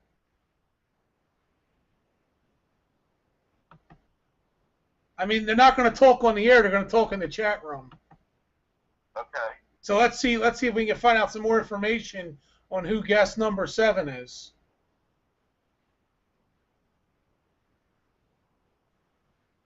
All right, well, they didn't answer, so we'll continue on with our conversation here. So we can't have dead air waiting for guest 7. I mean, we'll have like an hour of dead air if the person, you know how that goes. maybe you like just listening to the show. There's some people, you know, that don't like to participate just to be, you know, part of the audience. Well, no, that's good. Hey, I'm glad to have guest 7 here, you know. I mean, the more the merrier, you know that. Yeah, I always ask people, do you want to watch the parade or do you want to participate? You know? And some people will say, you know, I just want to watch it. And they left. They took off. They hit the exit sign. I don't know. What are you going to do? Be part of the parade. My daughter will tell you that she wants to be in the parade, you know. Oh, believe me, and I do too, Anthony. You know that. You know, I already could see a sitcom based around the whole Beerman persona. You know, you could do every week. You could have a different story to tell about. You know, one week you have the Beerman at the game selling the beer. The next week you could have the Beerman on a date. You know, and you can make it funny. You know, with the right writers involved, you can make it really funny. Oh yeah, they can make the Beerman like George Costanzo or Kramer. Exactly. Yeah, exactly right. And then different facets of the Beerman's life, you know, living in a bachelor pad, you know, whatever, you know, trying to date glamorous women. There's a lot of aspects to it. You know, I got to mention another guy who I talked to on occasion, Cosmo Di Nicola, who owns the Philadelphia Soul. Cosmo is a North Catholic grad, I believe in early 70s. Very successful in Hollywood and in New York. He's on my Facebook friends. He just liked the photograph of my daughter with the NBC News. There's a guy somehow, if he can get the Soul games, you know, if you can, that would be a good broadcast for you. And I know Cosmo's all for promotion. But the Soul has a pretty good team. I think they're just playing 500 right now. Well, you know what, Anthony? I'll tell you an idea. If he has me come in there just one time to be like a guest announcer, like be a commentator or something, I could throw the one-liners in there with the best of them. Yeah, well, we have time, look him up. He's on my page. He's only like certain friends can see him if you want the ones to see him. He commented yesterday on my daughter's business card. And I know he's always in interest. I know he's a busy guy. He's always in L.A., New York, or Philly. But he's always at the games. And maybe we can have a North Catholic Day at the Soul game. And maybe he can do the announcing or a podcast or whatever he would do. Yeah. But he went to Temple. He's a North Catholic and Temple guy. And he also did the commencement speech, so he's another distinguished Philly guy and North Catholic guys. So they're all out there, smaller scale, Mark Stock. Well, I made the North Catholic class ring. I remade them. We made, and thanks to Joe DeMiro, Chris's brother, I was able to copy the exact ring. And my first customer, believe it or not, was Mark Stock. And I said to Mark, hey, I love your pound cake, because he's still down there at Fort Richmond on Lehigh Avenue. And yeah. It's a great place. They're North Catholic guys, Mark and John, they graduated in 79, and I want to say like 82 or something like that. But Mark's a really good guy, and he loves his new class ring, and we made them just like 4 years ago. And so, they're all over the place. The guys, the famous Kibasi place down there, Chris, I don't know if you remember. Chevs? Yeah, the Kibasi place, right. They're North Catholic guys. Oh, are they? Yeah. And then the guy that owns the Dagwoods up in the Northeast, he's a North Catholic guy, Lou. My family's had many events up at Dagwoods. We've had a whole bunch of parties there. Matter of fact, I was flag one night at Dagwoods. Okay, well, that guy's name is Lou. I don't know his last name. I'm going to a North Catholic party there. Class of 83 has been gracious enough to invite me to their class reunion. And Okay. That's at Dagwoods in October. So he does run quite a few North Catholic events, and he is a North Catholic guy. The next time we go there, ask him. I don't know his last name. His first name is Lou. Also, of course, Jeremy Brenzizi with the Northlands, he's good contact. He's done well. John Levy, he's done well helping out grads and helping me. And I got to tell you, the alumni also. So these guys, they're out there, and they have the contact. And, I came in as a new person. The grads, the North Catholic alumni have been in existence for a long time. The Northlands have been around a while. And I came in as a new guy on the box with the grads page. And as a bumper. And they've accepted me, and they've sent me words of encouragement. And I find it to be a good inner circle. So some of those guys you may have to hit up and say, yo, I'm trying to help the North Catholic guys get together too. And, the connections are there. You just have to, I guess, it's a waiting period. Maybe they're feeling you out to see if you're going to stick with it, Right. I don't know.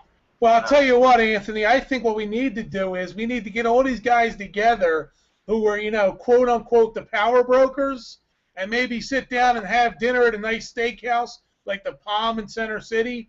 We should all sit together, have dinner, and then we can make that contact. What I'm saying? Like me, you, and, and a bunch of these guys get together, go out to dinner. It's something that, down the road, I'm willing to host that dinner down the road. I just can't do it right now. But when things are in a better position financially, I would definitely want to host a dinner like that, where they're my invited guests, you included, of course. They're very gracious. The alumni was very helpful to me inviting grads party. The DJ was Jeff Brown, who is the president of the alumni, and he volunteered to be the DJ the whole night for free. He was very good. And, they sold tickets for me, for the grads party. Albert at the boat shop up there in Northeast. Ain't making any boats up in see Albert. He's up at 9800 State Road. Another great guy, great dark guy. Gave me a lot of support. You know, told me it was an honor to shake my hand. I told him it was an honor to shake his hand. So they're out there, and in the community, we got to stick together. You know, and one problem I do have is some people tell me I'm talking about the past to give a light. Actually, believe it or not, one guy had enough guts to try and say that. And I pull up the light. I do have a light, but I also have a tradition that I honor, and a spirit that I honor, and teachers that I honor, and friends that I have to honor. And part of my life is my past. And I take great pride in saying that I'm from North Catholic, you know. And I think the alumni, the orphans, I think they also have that pride, you know. And we still have 20-some thousand active alumni, so our alumni are still with us. So we're not dead, and we're not going down without a fight. You know, Anthony, we just had somebody under the name Jersey Girl for Life logged in and then left the room. I don't understand what. I don't have a clue what the hell these people are doing tonight. We're getting all these characters coming in here. They pop in, and then 5 seconds later, they're out of here. I think they're intimidated a little bit. You know, when I first saw it, a little nervous. I know I probably blundered quite a few words. I think Chris's daughter caught me in 100 words that I had blundered, but I don't really. Yeah, she stopped counting after 99. Well, I mean, you know, I'm a human being. I make mistakes, but you know, part of it is that fear. You know, between a great baseball player, one maybe not as good with the same talents as they're uneasy, you know, in front of a big crowd. They get nervous. It was that Jimmy Pierce ball, you know, what almost had a nervous breakdown years ago playing ball. And then we had a guy that, Jim Engelwright, the guy that played right field on the championship team. Jim Eisenreich? Eisenreich. Yeah. Tourette syndrome. What was that? I'm sorry. One more time, Anthony? He had Tourette syndrome. Oh, yeah, I remember that. Yeah. And they won the championship in '93, but they didn't win the World Series. They lost. Mitch Williams threw that pitch. I lost a $125 bet with another North guy. Oh, wow. Yep, I paid him too. I paid that $125. It was hard to part ways with that kind of money, but I lived and died with my team, and it lost me $125. So. And you know, Philadelphia does have a charm, not just extending past North Catholic. You remember Richie Ashburn, the great announcer? Oh yeah, definitely. He was Philadelphia, even though he was born in a small town in Nebraska. You know, Philadelphia tracked him. Got blessed Dick Vermeil. He's out in Chester County. Dallas Greenstone. I mean, there's a certain draw from our area, our personalities, our restaurants, our historical sites. There's a certain draw. You know, Dick Vermeil, I never thought would stay. He was an LA guy, you know, West Coast guy, surfer guy. Who would have thought after all these years they still make Philadelphia home, you know? So we have this draw, you know. Philadelphia here that does have a draw. And, well, unfortunately, you know, the thing is, Anthony, unfortunately, Philadelphia is a passionate town, but they don't like the internet. That's what I'm finding out tonight. You know, I think it's a matter of just putting, you know, I'm pretty bad, so in order to re-listen to your show, I just, when you post it and push the little button there and say, listen to the show, that's what I do. I wouldn't go back on the internet and try and find it. So, you know, I think it's good that you keep posting your show so the guys can listen to it. I've told a few guys recently to listen to the past shows. And I said, just go and there's a link on North Catholic Rants to listen to the show. Right. And that guy, they tuned in at us. He was great. That guy was fantastic. And it's a shame nobody called in for the guy. But he was a boxing announcer. He would have something to do with the Phillies. He knew Ruben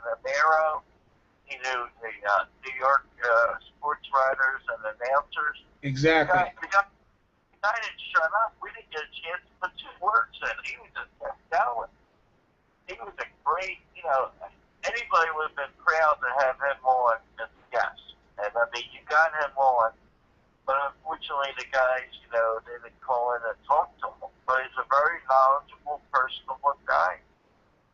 So you're getting the guest. I just guess it's a matter of having the viewers connect and not be afraid to walk in, Well, I think what we need to do is, if I'm getting that kind of quality of guest, maybe what they do is they make your tape and they send it off to a radio station, and somebody will say, well, this guy, look at me, and say, oh, all right, you're Beerman, and you get these guests, and, like Glenn Wilson. That was a great interview. I got a lot of questions answered by Glenn Wilson a couple weeks ago when I had him on.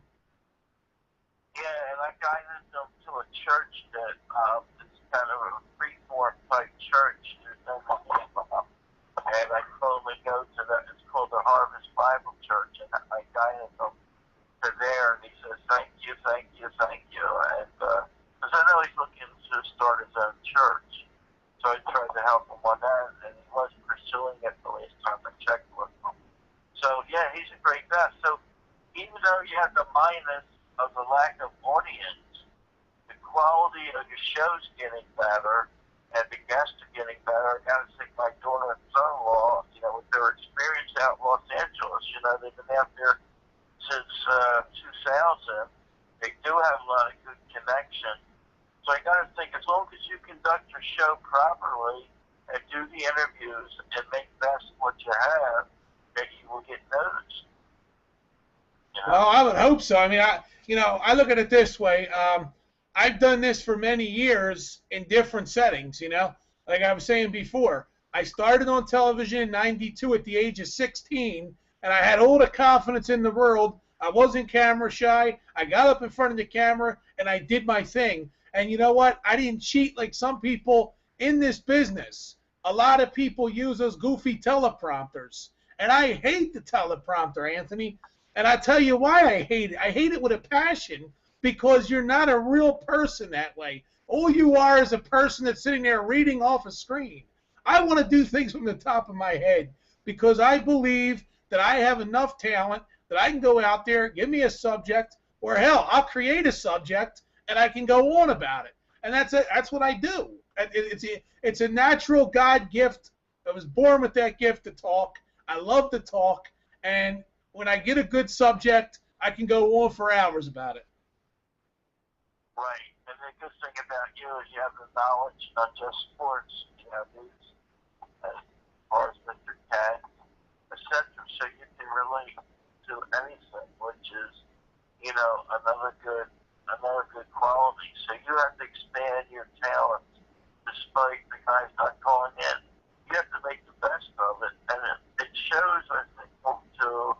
Well, you can ask my daughter and son-in-law. My daughter thinks you're great. My daughter and son-in-law both think you're great and you're talented. So maybe perhaps on Sunday you can explore with them. You got this talent, but the audience is kind of lacking. What do I do? What do I do? And perhaps they can give you some help. And one thing that I'll tell you is not to give up. To keep fighting it. And they've been in that rat race in Hollywood, and they know it. So they're both very knowledgeable, and they're going to do it live. So you're going to see them. You're going to be talking to them. They're going to just jump right in on the Apple computer, and you'll be able to see them.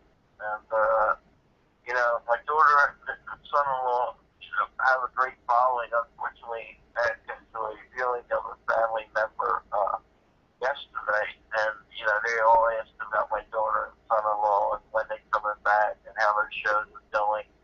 So my daughter has a Facebook friend that my son-in-law does too, and I'm sure they'll listen in. A lot of them are writers. They have a lot of friends who are writers.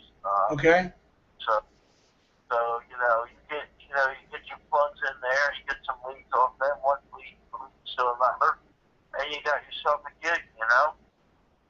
Well, that's what I'm hoping for, Anthony, because I'll tell you what, I'm going to tell you a true story right now. Where I currently work is actually at Lockheed Martin in Newtown, okay? And they're closing that plant.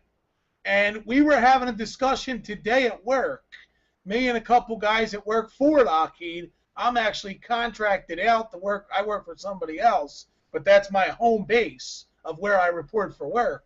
And the conversation today was about what are we going to do in the future. And I asked the one guy, I said to him, I said, what kind of skill set do you have that I could help you find a job? And he said to me, he said, honestly, he said, what I'm doing right here, right now, is what I'm able to do. And I tried to give him suggestions. I said, how about home remodeling? You know, do you know how to repair things? And he said to me, he said, you know, he said, I got enough things to repair around my own house. I don't want to do that. I said, okay. Well, I said, how about this idea? I said, how about you and a bunch of guys that work here who are all losing your jobs, get together as a group of 20 or 30 people and buy your own building and make your own business, right? Well, the response to that is he said they had the conversation, but people were scared to take the gamble. I said, look, life is all about taking the dice and rolling them. And, you know, that's what I'm doing here with the Beerman Network. I'm hoping this is going to pay off, that I'll get a job where I'm actually, you know, getting paid to do what I have a passion for. Well, you know, that's it. You know, I started my own jewelry business 1976. I started in a small store, and it was actually called a jewelry exchange. And I rent the space in this exchange, and I'm sitting there, and I'm realizing, wow, there's not enough people coming. I'm not making any money. So I figured I got to get a way to get people. So how I got people and customers and became successful retail was, you know, I got something back in those days, let's say, cost $10, things cheap. So I sold it for $9.95. I sold it below cost, and I put it in the paper, you know, 16-inch necklace, 14-karat gold, $9.95. Well, all the other competitors couldn't figure out how I was selling it for $9.95 when the cost was $10. You know, well, I did it. I lost a nickel, but I guess what? They bought one thing, then they bought something else, then they came back. So I always did what they call lost leaders, for people to find me. And it worked out that it grew, word of mouth. And then I had a store on Chestnut Street. I had stores on Sampson Street, retail. But it grew. I had to find a way to survive. And the way to survive was to go below and then just hopefully buy other stuff, you know? Great strategy. And it did, and I found a way. So I think you can find a way. It's become more of an excuse for people to say, nah, I can't do that. Nah, I can't do that. Well, you know what? You can do it, but you have to persevere. You know, Chris knows that. She was very famous in the music business. Right, Chris? Is Chris still with us? I'm here. Okay. Well, you know firsthand from your music experience. You went out there and did it, right? My whole life I went out and did stuff, so yeah. Chris, what did you do in the music business? Like, were you on mainstream, or what did you do? I did Southern rock, and I did a lot of radio and TV stuff back here. Played down at Grand Ole Opry. I was all over the place back here. Wow, interesting. Yeah, so a lot of fun times. The big venues, you know, and that's what to get back in it, God bless her. And she got a very talented daughter who I'm taking after her. So, you know, it's one of those things where you got to just do it, you know. And, you know, the unemployment rate is supposed to be lower and things are getting better, but the truth of the matter is people are dropping out of employment, looking at giving up. You know, we got some grads on the grad page that, you know, need help, and some of them are too embarrassed. I just found out another one today that I've been communicating with doesn't have a job. So I was embarrassed to mention it. So, yeah, the economy's really, that's another thing, you know, you're persevering right now through a bad economy. No matter what they tell you, the economy has not rebounded. new president get in there and line things up. I don't know. But the numbers that are good, the stock market numbers, well, they're good because the fat companies have cut the fat now. If you look at the sales are bad, but they cut the benefits, you know. Well, look at you with Lucky. I'm sure it's a cut to save money, right? Yeah, they're moving it out to Denver, Anthony. That's what's going on. Right. And probably Denver's offering them a better deal, bigger space, less taxes, etc., right? Well, I'll tell you what happened, Anthony. If you remember when they had the Department of Defense cut their budget, right, that played a key role in what's happening right now. They came out publicly and announced it at the end of last year that they would be closing the plant at the end of, between the end of 2014 and the beginning of 2015. right. So, you know, it was a really bad situation for me because I just came back to work after my car accident, and on my first day back, I find out that they're closing the plant. So, Wow. yeah, it's been a heck of a road. Well, you know, we're losing Nabisco. That's 6,000 jobs. They're moving out.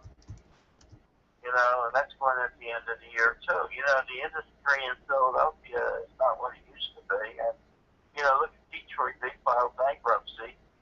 And I think a lot of big cities probably will eventually file bankruptcy, too, which kind of makes sense. I mean, if you're in such a deficit, if you tax people, they're going to leave. If you tax people, they're going to leave. So, yeah, the economy's not that good. So, you just kind of hang in there. I know lawyers, you know, they've lost jobs. They can't get jobs. Paralegals are having a hard time getting jobs. You know, it's tough out there now. Automotive sales aren't that high. And look at the bailouts. We gave all that money we gave the MXC. I don't even think they paid it back yet. You know, so, and then, of course, that mortgage fiasco, that was a disaster. I'm telling you, Anthony, you know, Anthony, it's funny you're bringing all this up because I'll tell you what, the whole damn situation with what's going on with the whole recalls, both of our vehicles are recalled right now, and it really gets me angry. Yeah, sure. Because we have to take one in they're going to keep it for 4 days to fix it. That's our Ford. That's a Ford vehicle, and then the other vehicle we have, it's the same nonsense. Wow. Yeah, the thing with the Ford cars that was the one knew about these problems, but then after like 20-something people were killed, and then they finally got around to recalling the car. I believe it was a Ford. You know, I don't know. You know, they can't blame Obama for the bailout, but that was Bush at the end of the term. So I think Obama is getting a little bit, you know, they're giving him bad press when in reality he just carried over from Bush. And I always thought a president, his legacy comes into play afterwards. Like their programs that they implement, it takes a while. So, you know, a lot of this probably goes back to Bush, you know, with the bailouts. And like Bank of America, $200 billion, you know, to bail them Sickening. out. It's sickening what's going on in our country, Anthony. I'm telling you, I think me and you should run for president and vice president. We'll clean up this country real quick. Well, the politicians, you know, it's funny, they had the politician a question on TV, and one of the commentators said, yeah, you expect an honest answer from a politician? Yeah, true. Like, you know, what color is the sky? Well, I got up today and I had breakfast, but the question is, what color is the sky? Well, then I went and I had lunch. Well, what's the question is, what, you know, and they don't answer. They had this talent of avoiding direct questions that could harm them, you know, if they told the truth. Hey, Anthony, you know, I don't mean to cut you off, but you know what? You know who can answer that question about politicians? I'll tell you, he is one of the best politicians I've ever met, Jerry Kaczynski. Oh, yeah. Jerry's a great guy. I just saw him. He was on the grad stage. Yeah, he was at the party, and he's a great guy, and he actually had some ideas for the party that he had messaged me. And I think he's down at the Court of Common Pleas, correct? Yeah, but you know, back about I want to say about 15 or 20 years ago, I used to work with Jerry. Oh, wow. Yeah, I used to work with him. He was the ward leader, and I was the associate committee man down in Port Richmond. Oh, wow. Yep. Yeah, he's a good guy. He contributes very heavily to the grad page. He's a very knowledgeable guy, I'll tell you that much. He actually hosted a radio show on WWDB. I didn't know that. Yeah. And John Taylor, the state rep, he's a North Catholic guy too, right? Yeah, well, we're working right now. My brother-in-law, he's not a North Catholic guy, but they're working to bring back the Port Richmond Memorial Day Parade. He's working with John Taylor, and he has friends at different stops around Philadelphia, you know, in the media and at the sports teams. And they're working to put together a huge fundraiser to bring back the Port Richmond Memorial Day Parade next year. Great. Yeah, Port Richmond is coming back, you know. It's coming back pretty strong, actually. I've been in some of those homes down there. They've redone them. The only problem is, of course, is the parking. But the houses are remodeled, and it's beautiful down there. They've done a great job. So the inner city is the key to the city, because as this inner city decays, so goes the city. But if you can bring back Port Richmond, South Philly, well, Passion Avenue, have you been down there? That's come back really strong. I haven't been in South Philly in a very long time, with the exception of the sports complex. I haven't been in the inner part of South Philly in a couple years now. That's come back really strong. If you stroll down Passion Avenue, you would not believe how they've come back. Restaurant after restaurant, stores, you can't park, fantastic food. They've done a great job bringing Passion Avenue back. Well, I miss Gino's cheesesteaks. I can't wait to have a Gino's cheesesteak again. I was just telling my wife we're going to make a trip one of these days. You'll get me a Gino's cheesesteak. Yeah, that's a great place. And Tony Luke does a pretty good cheesesteak, too. I don't know if there's a guy that you probably should get involved with. Tony's made a few movies, and he was in that movie with Mitch Papali. I forget. Invincible. Yeah. Yeah, Tony was in that. He's lost some weight. He's looking good. And he's always looking for things to get into. Well, I enjoy his mozzarella sticks and his roast beef sandwiches. I'm a frequent customer. Not recently, but I used to be a frequent customer. It's just that I live up in Horsham. It's not close to Philly, so it's kind of hard for me to get down there, you know? Yeah, he franchises them out. I think he just opened one in Springfield. I think he opened one down the shore, maybe Atlantic City. Yeah. So the one on the border, too. Yeah, and he's in Harris Casino in Philadelphia. So he franchises them out. He's a pretty smart guy. Well, the original in South Philly's got the best food, though. We tried the Atlantic City one at the Borgata I'd say about 3 or 4 years ago. I was with there with my parents, and we tried the sandwiches there, and it wasn't the same as the one. You know what? Honestly, I actually had a Tony Luke's cheesesteak at the Eagles playoff game against the Saints. So that was only back a couple months ago, and that cheesesteak was the best cheesesteak I had in a long time. Wow. So it was good, yeah. Yeah, he tried in New York. He opened a franchise, and he said, I said, what happened in New York? I said, we do well. He goes, well, you know, I let the people run it themselves, and the roles they got weren't my type of roles. And, you know, he said, you got to do it the right way, you know. And, you know, it failed. They failed. And I was actually looking for the place in New York right around one night, and here they had closed. Wow. So it's all about the product. You know, you got to keep the standard. Tony bakes his own rolls. You got to make sure he gets the top beef, and he does a good job. And also, to get there early, but his breakfast sandwiches are out of this world with Italian sausage and peppers and the egg. Oh man! And like, hey Tony, you get a plug, send us some money. I don't think he's gonna do that, though, to be honest with you. Yeah, $5-6. He makes a great breakfast sandwich, and and I like it. I go down there at breakfast, and there's nobody there, so I can sit there. And I'm on Sampson Street, so I'll buy like a dozen sandwiches, and somebody will want roast pork roll, things like that. So I like going there in the morning. There's no crowd. You can pull right up and give your order. So wait a minute, you're telling me you're still in the jewelry business? Yes, sir. Okay, I didn't know that. So where can people find your jewelry business at then?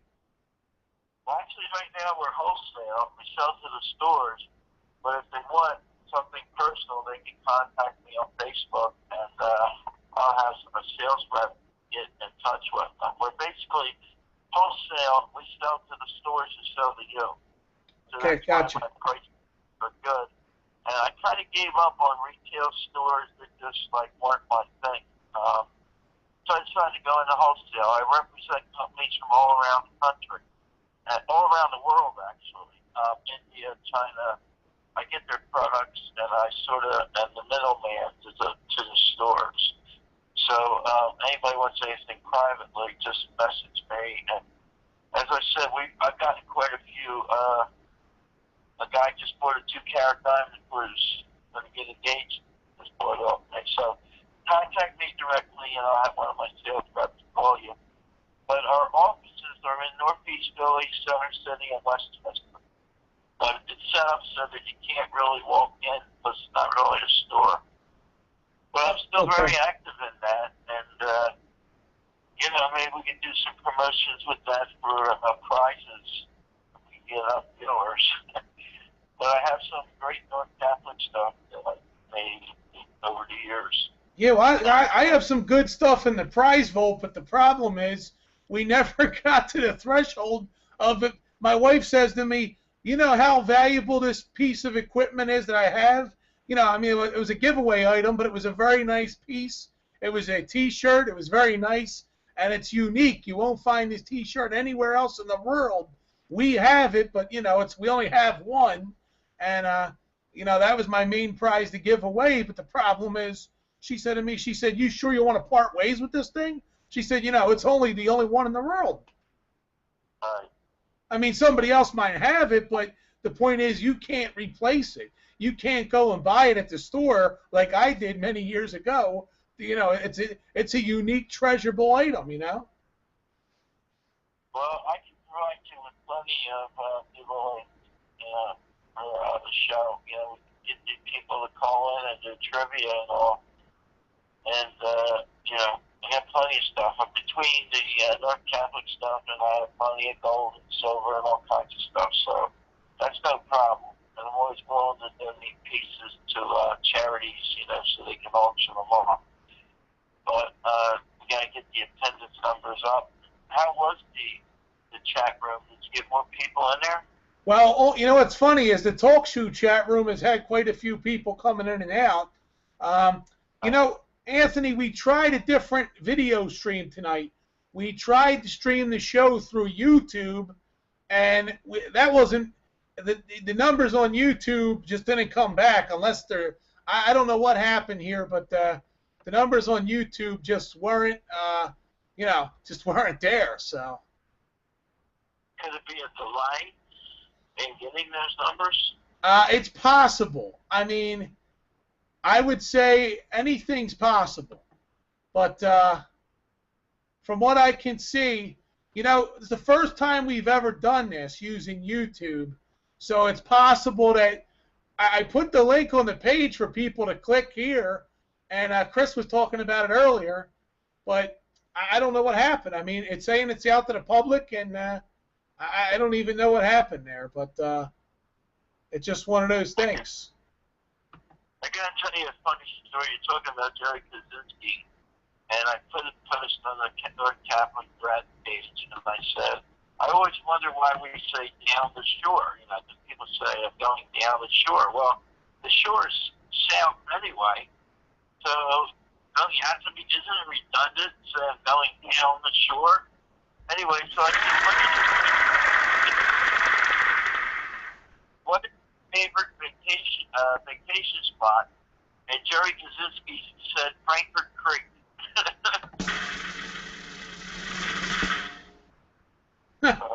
We have sound effects, Anthony. Yeah. Sounds like somebody trying to get in. But anyway, part about Jerry saying Frankfurt Creek was his favorite vacation spot. It's kind of funny.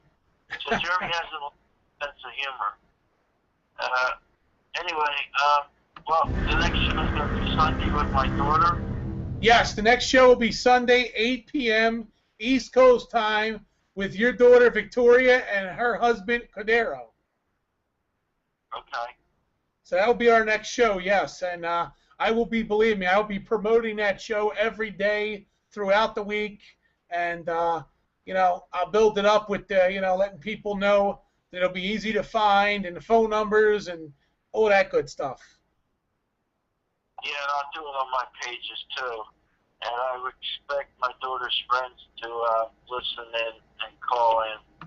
So you can get a lot of expertise on there, and who knows, maybe you can get a writer. They have a lot of friends and writers, and you know, it can't hurt you. And certainly your endurance during these rough times, I think, is something that networks and TV stations would look at. You know, the fact that, you know, you try and hold it together and your perseverance will pay off. So it's highlighting your personality, maybe more so than just carry the show, but that's okay. Because you're carrying a show, you know, I've been on an hour and a half, you carry the show, I don't think we have one pause. Well, we had help from Chris and you. I mean, you know, you guys were the co-host tonight, I guess. You know, we had no calls, but you guys co-hosted the show. So, I mean, that helps make it run smooth a little bit, you know. I mean, if I was sitting here talking to the wall, I'd probably be already done for the night, you know. Or maybe popping a bottle or something or whatever. Yeah, and I apologize for calling in later. I had some medical work, and I had blacked out, and I realized, you know, after 7 o'clock went by, and I'm there. But, you know, the guys out there that didn't call in, hopefully they listened in and were in the roads, and maybe try and make it a little easier with their PIN, because that PIN, you know, when you say enter your PIN, that may make a lot of people hang up. I don't know if there's a way to get like a universal PIN, you know, so you can tell the guys, you know. I mean, do they want to know the PIN to identify the person? Or, you know what? You know what it is? Yeah, because if they have a PIN number, what'll happen is on my board right now it says that you called in from Pennsylvania, and it says that Chris called in from Arizona. Now, if you had a PIN, let's say you made a screen name up, then it would come up that, you know, I would be able to say we have Anthony and we have Chris on the phone. You know what I'm saying? Okay. So that's why they, you know, they encourage people. But really, like Chris said, all they have to do is just press 1. They have to, I mean, I know it's a lot of numbers to enter, but right now this is the only way I could take calls on the show. Now, we could have it where we tell people they could cam up on their webcam, but I don't know how many people would want to, like if they want to ask a question to your daughter, we could have them cam up on their webcam and ask the question, or they could just write their questions in the chat room and I can read the questions, or Victoria can read them and then give the answer. Okay. Like we could do it that way too. We don't even need to have phone calls. It's just something that, you know, I decided to try, you know, for all these weeks. I figured, oh, let's have a call-in show. We don't need to have a call-in show because we could do it directly through one website. Right now I'm running this through 2 websites, one with a video feed and one with phone calls. Okay. So that's how we're doing it right now. Okay. Well, one day at a time, keep persevering. The summertime's good for you to get the outside exposure. And, let's try and, we don't even have to have a dinner. We could just have like a little couple beers somewhere and try and get some of these guys that have these contacts and get them together and let's put this thing together, Yeah, definitely, definitely. I think it's time definitely to move it along in the right direction here. And yeah, I definitely want to make something like that happen. I did reach out to Jerry, by the way, and Okay. I'm actually waiting to hear back from him from the second email I sent him. Okay. So, yeah, Jerry's a good guy. He's been a big help to me. He's a very loyal guy. He's given me a lot of support with Brad's page. He's called me a few times when there's been some incidents where the guys were kind of getting rough on me, and he told me to hang in there. He's given me really good support, and yeah, he's a good guy, and the Northlands is a good organization, and they're actually, I think, surpassing the alumni in their numbers for their parties. So that's why I told you to contact the Northlands. I guess that name appeals to a lot of guys. Personally, it doesn't appeal to me like Northlands, like, feel sorry for us, we were abandoned. I'm more of a, proud type guy where I'll take a North Catholic name and run with it and show the brotherhood and the spirit that we still have despite being closed down. But a lot of guys like the Northlands name, which is fine. Jerry's running benefits all over the place. And, he's doing a great job for the soccer, the wrestling, He's promoted. I don't even know if he's still working. I'm not sure. I don't know much about his back. We've only spoken a few times. Right. Well, I plan on trying to, to get to have a conversation with him to try to figure out what exactly, I mean, I remember you telling me that he's pretty wealthy, so, Yeah, I don't know if he's real. I don't know what exactly he does. I think he used to, I don't know if he's a soccer coach down there. I'm not quite sure. He likes Bryn's Tavern, wherever that's at. Bryne, Bryn's Tavern. We were supposed to meet there a few times. I think it's in Port Richmond. Yeah, it is. Right off of 95 in Port Richmond. Right. So Jerry's a good guy, and yeah, that's a good contact. The alumni is a little tougher to get through. Their structure set up. They're just tough to get through. There's a lot of nice guys in the alumni, but their structure is such that it's difficult to get through to them. So Jerry's more accessible. Him and John Levy do a good job. So. John Levy seems like he's a guy that wears a lot of different hats. He seems like he's a busy guy. God bless him. He's got 7 kids, a few grandchildren. He's a hustler. He's a policeman. But this electric thing they tried to sell, maybe we should have him on one day because he did save me money. I bought his electric program. Did you? Yeah. Yeah. I got $100 in gift cards. When the program expired, he called me, told me what to do. So he still beat Pico, and now he's doing the gas thing. And he can save you money. I know Mark Stock, I believe, had 20 locations that Mark put John's electric company in. So wow. He does save you money, and they do give you like 50. I got $100 in gift cards. There you go. Well, there is a niche, as you're trying to do, there is a niche for the middleman. There's a niche for you. There's a niche for John, Right. And there's a niche for things. You just have to persevere and do it. And John does a good job, and he's a policeman. He's not a salesman. So, and he said, Tony, I got to learn to sell. I said, John, you're doing your thing. It's coming out good. You're doing a good job. And he is doing a good job. And he's an honest guy. And each month, some of your bill goes to a cause. Like I chose the Wounded Warriors. So, you know, and he has children with special needs, and it's a good thing. And there is money to be made. You know, Pico is a retail. John's company is wholesale. So John's company can buy from Pico and give you a price break and still make money.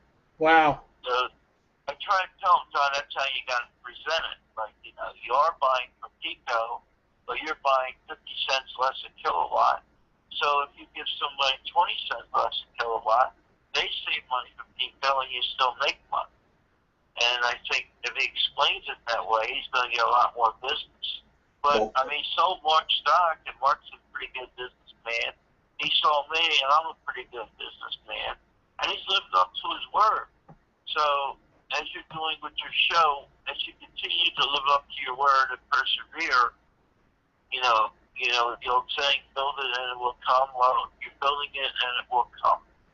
So. Well, there's times of frustration. I'm not gonna lie. You know, I mean, you know what's going on at my job, like I explained. You know, our plant is closing down. I'm watching guys who are, you know, they're stressed out, they're depressed, and you know, because they have good jobs. You know, me, I don't make a lot of money there.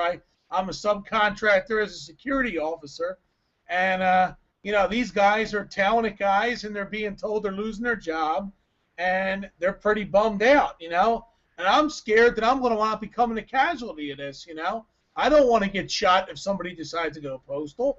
You never know, because I spent so many years in the security business that I know at any given moment somebody can flip their switch, and next thing you know, you're getting shot, you know? Yeah, I got you.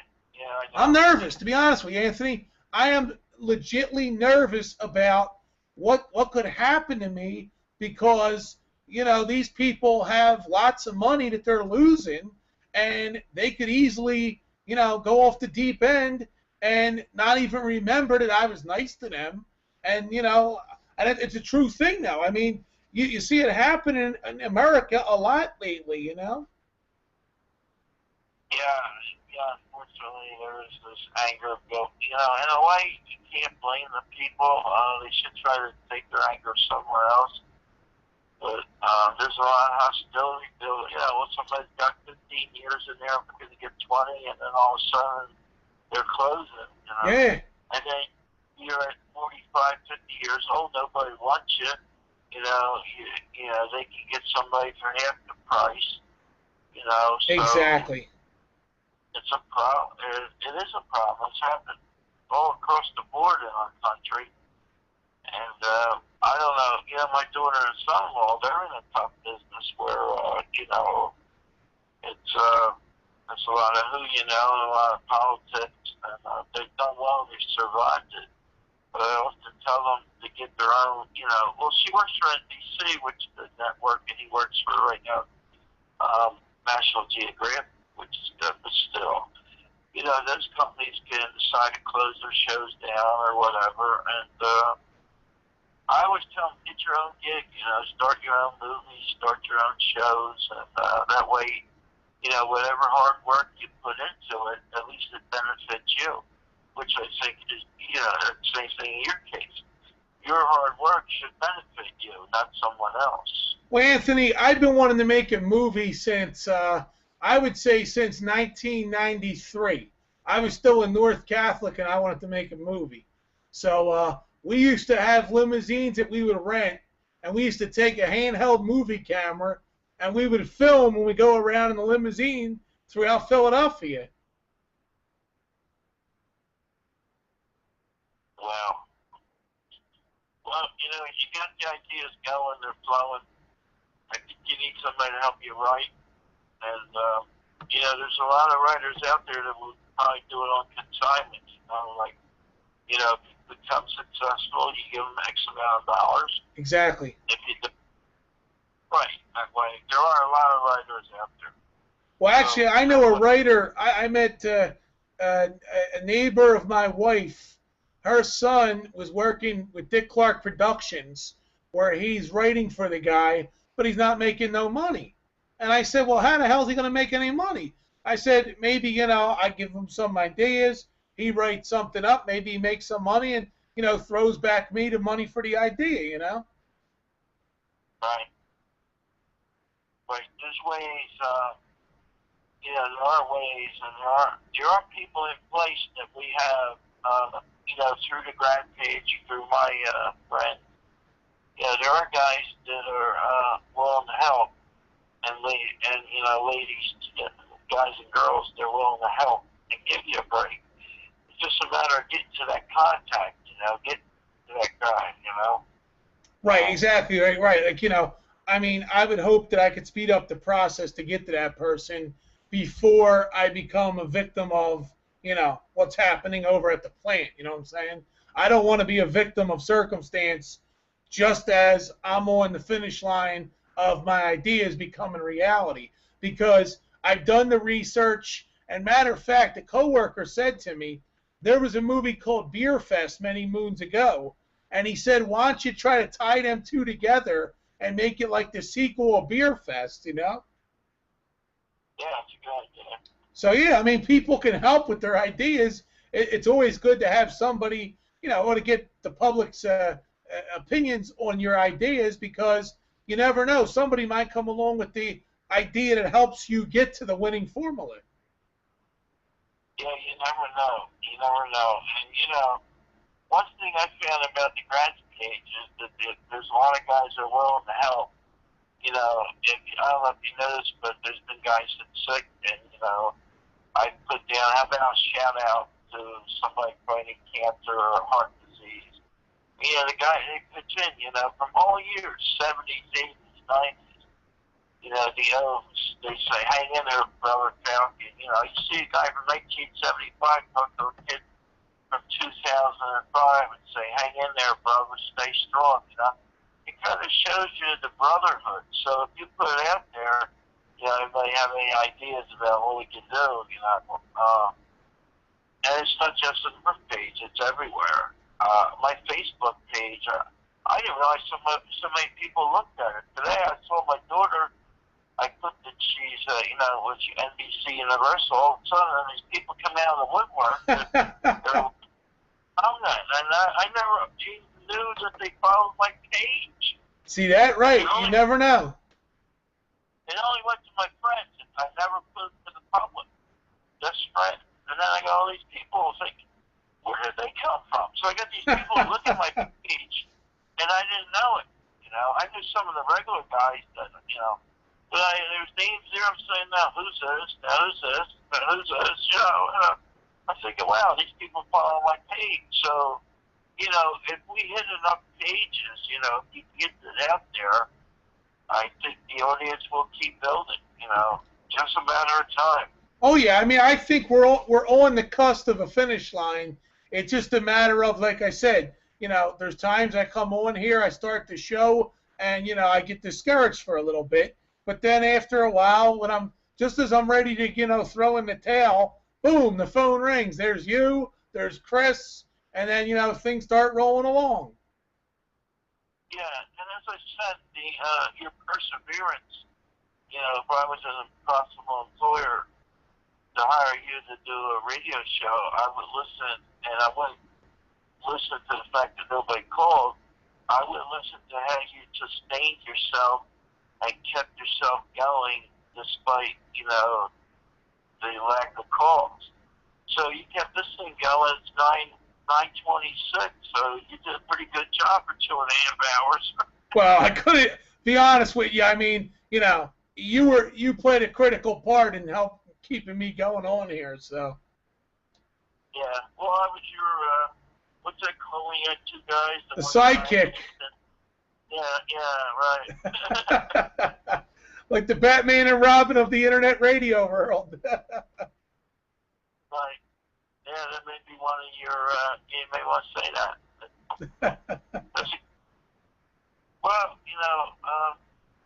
I hope the numbers are better, and I hope, there's people that you'll find that did listen, and you don't know, since it's the first time with Google, maybe they're a little behind on time-wise, Well, yeah, like I said, what we're going to do is we're going to go back to on Sunday we're going to use Spreecast because that runs a lot smoother. You know, with Victoria and Cordero coming on, it'll make things a lot easier using Spreecast. So we'll do it that way on Sunday.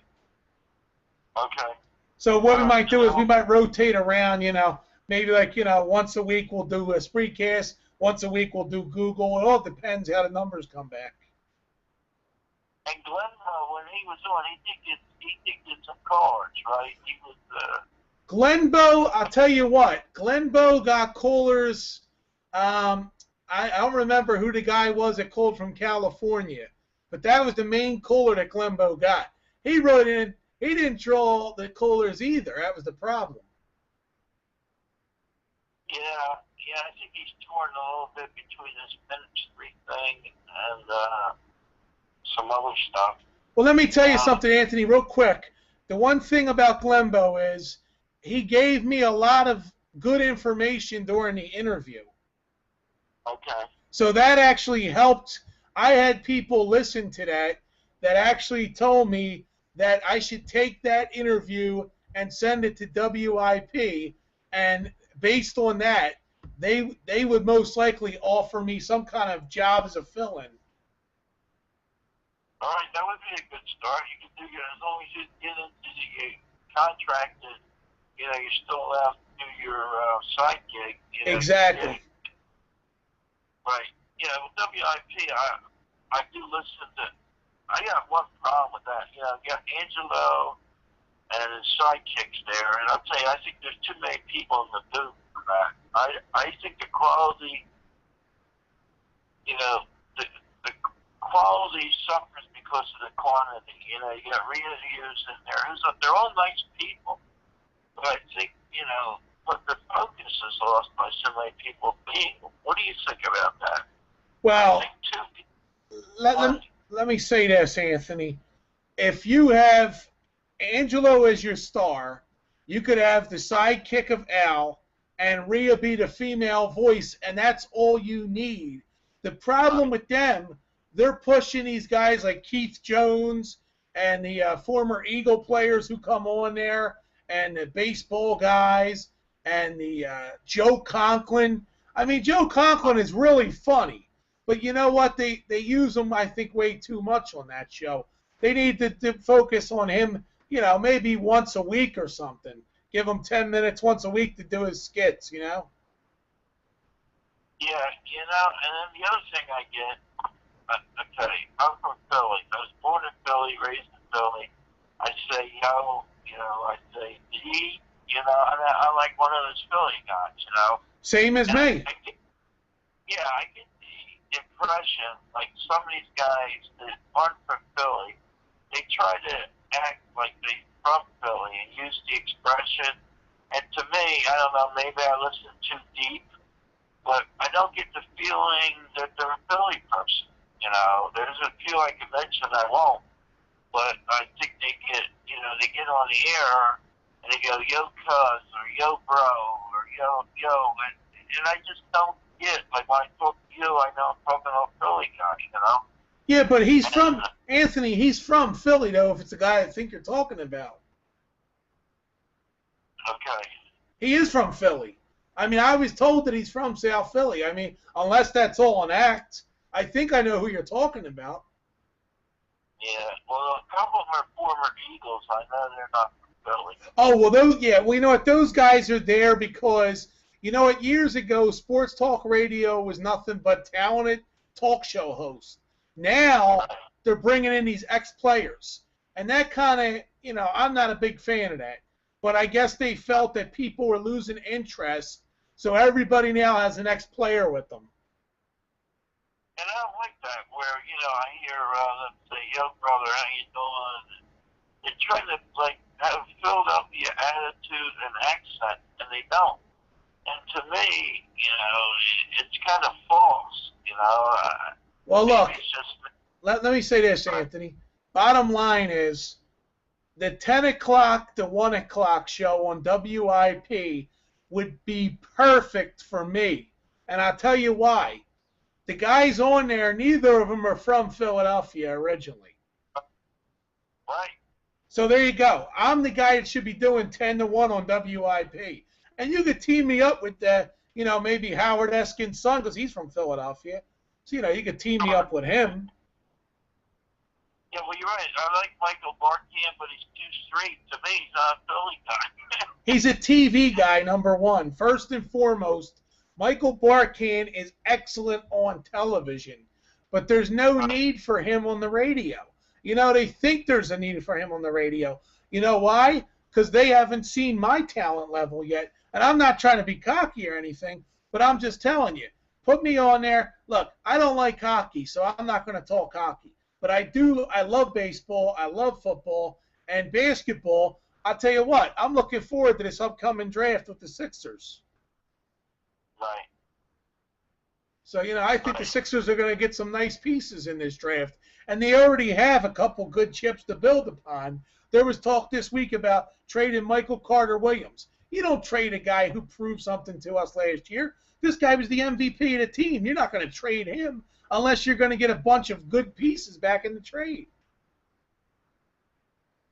Yeah, I'm surprised they let that point guard go, although they got a draft pick out of him. The other guy that was... Drew Holiday. Yeah, I'm surprised.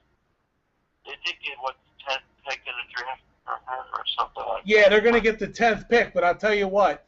I'm hearing that the New York Knicks are looking for a pick.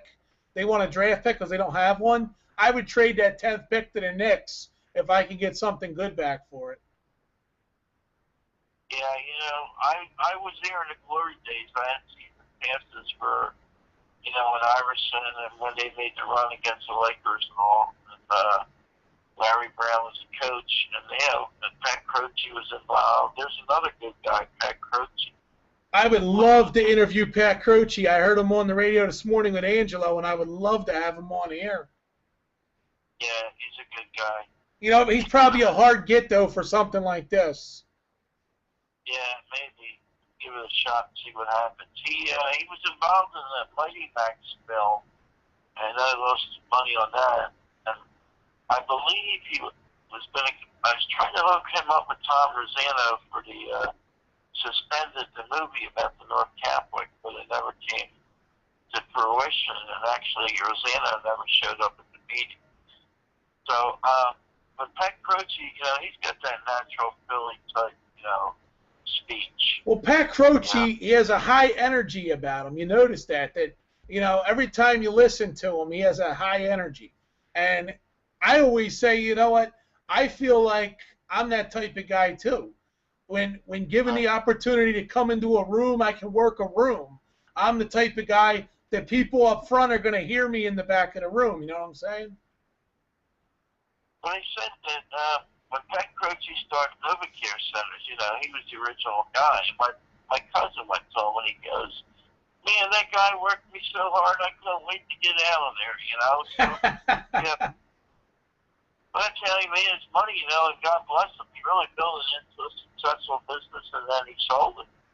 But, and then with the Sixers, he was pretty much, he was like the star of the team, as far as public relations. And that was good for the fans, and they lost that one left, Well, it's a shame that they weren't able to beat the Lakers, because if they beat the Lakers, that would have put Croce on the map. I mean, he's already on the map, but that would have put him on the map for good. He has a pirate museum somewhere down in Key West, Florida. Really? Yeah, he owns it. How about that? Yeah. Well, hopefully it's making him money. Yeah, he's down Key West with a pirate museum, and he's got, supposedly a lot of the guys from North have been down there, and they say, they say that it's really nice, and it's a pleasure to get down there. We got a lot of guys in Florida from North, so if you went down there, you wouldn't be alone. Yeah, well, unfortunately, the wife doesn't want to make the move. I mean, I'm ready to go now, but she's not, so that's the issue there. Yeah, you miss your family, It is tough, to move. My daughter wants me to go out to California, but, the thing is with my daughter, I do have a lot of family and friends here. She's my only child, but I would leave everything to be out there, and, Dad, so, I'm going to be in the road, sort of. And I still got some energy left, so I want to put it in, here and be productive. So she calls every day, by the way, on her way to work, so I talk to her every day, and we exchange text messages and all, so I try and stay in touch with her. She is coming, I believe, in August. So, you want to do a live show with her somewhere, maybe we can arrange it. Yeah, you know what? Hey, Anthony, I'm open to doing whatever we can put together. We're going to have a lot of opportunities to do something live. Maybe we could try to get something down the shore if you want, because think about August. Everybody's going to be down the shore, so we would have more people showing up for it. You know what I'm saying? Well, I'm going to email you some contacts. Okay. I'll message you my host friends down the shore. Okay, great. And you get in touch with them and tell them use my name and tell them what you do. And I don't, the shore is not doing as well as it used to be. Actually, casinos have been hit by the Philly casinos. So I think they'd be more apt to do something local that would bring people down, Exactly. So now is an opportune time for you to try to get in down there. And I'll message you 2 particular names that have some influence down there. And, just contact them, use my name. Actually, one does cruises also, which is another venue that you possibly could look into. A cruise type thing where you're the entertainer during the cruise. And that's a big one. They're doing very well on cruises. So there's a lot of opportunities. You just have to. Well, I've never ever left the United States, so I don't know if that's going to be good for me or not. You just take these pills and make you, seasickness hit me once, but then I learned to take the, I forgot what it's called, but whatever it is, just take one of them. Same way when I fly, I take a pill because I can't fly that well anymore either. So. I can't fly. You know why I can't fly? I am scared of heights beyond belief. Yeah, I kind of have I have claustrophobia a little bit too. Yeah, it's tough. Believe me. I drink. I try to get a couple shots of something good. That'll keep me kind of calm. But I'll tell you, the biggest fear of flying is when you're in the air and all of a sudden you feel that drop off when either they go up or go down. And I'll tell you, it scares the hell out of me because I realize I'm not on the ground anymore. It happened to me. A plane dropped like 2,000 feet, and everybody was starting to cry. Oh my God! Right. And then I realized how fragile the plane is. It's not really like sturdy, like when it shook and everything going flying and the things dropping from the air, the oxygen mask in there. I said, oh man. And then the pilot did gain control of the plane, and she said that they hit some unexpected turbulence. But I had grown men crying. I had a girl that was next to me. She was in a fetal position crying. And the food was all over the place. And that was the last time I flew, believe it or not. Yeah, I don't think I want to get on a plane again after that either, to be honest with you.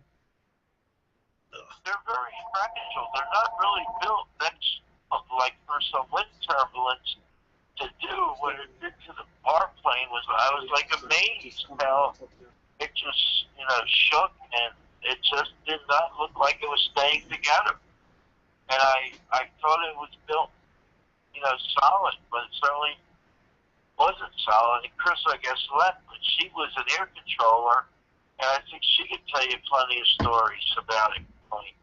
Well, I'll tell you what. To me, I call them tin cans, and I despise airplanes. I mean, I know a lot of people love them, but I don't trust them as far as you can throw them. Yeah. And then if you read recently, there's been a couple near misses where the planes were taking off, I believe, Chicago, and another plane was landing on the same course that the plane was taking off from. And one pilot said, I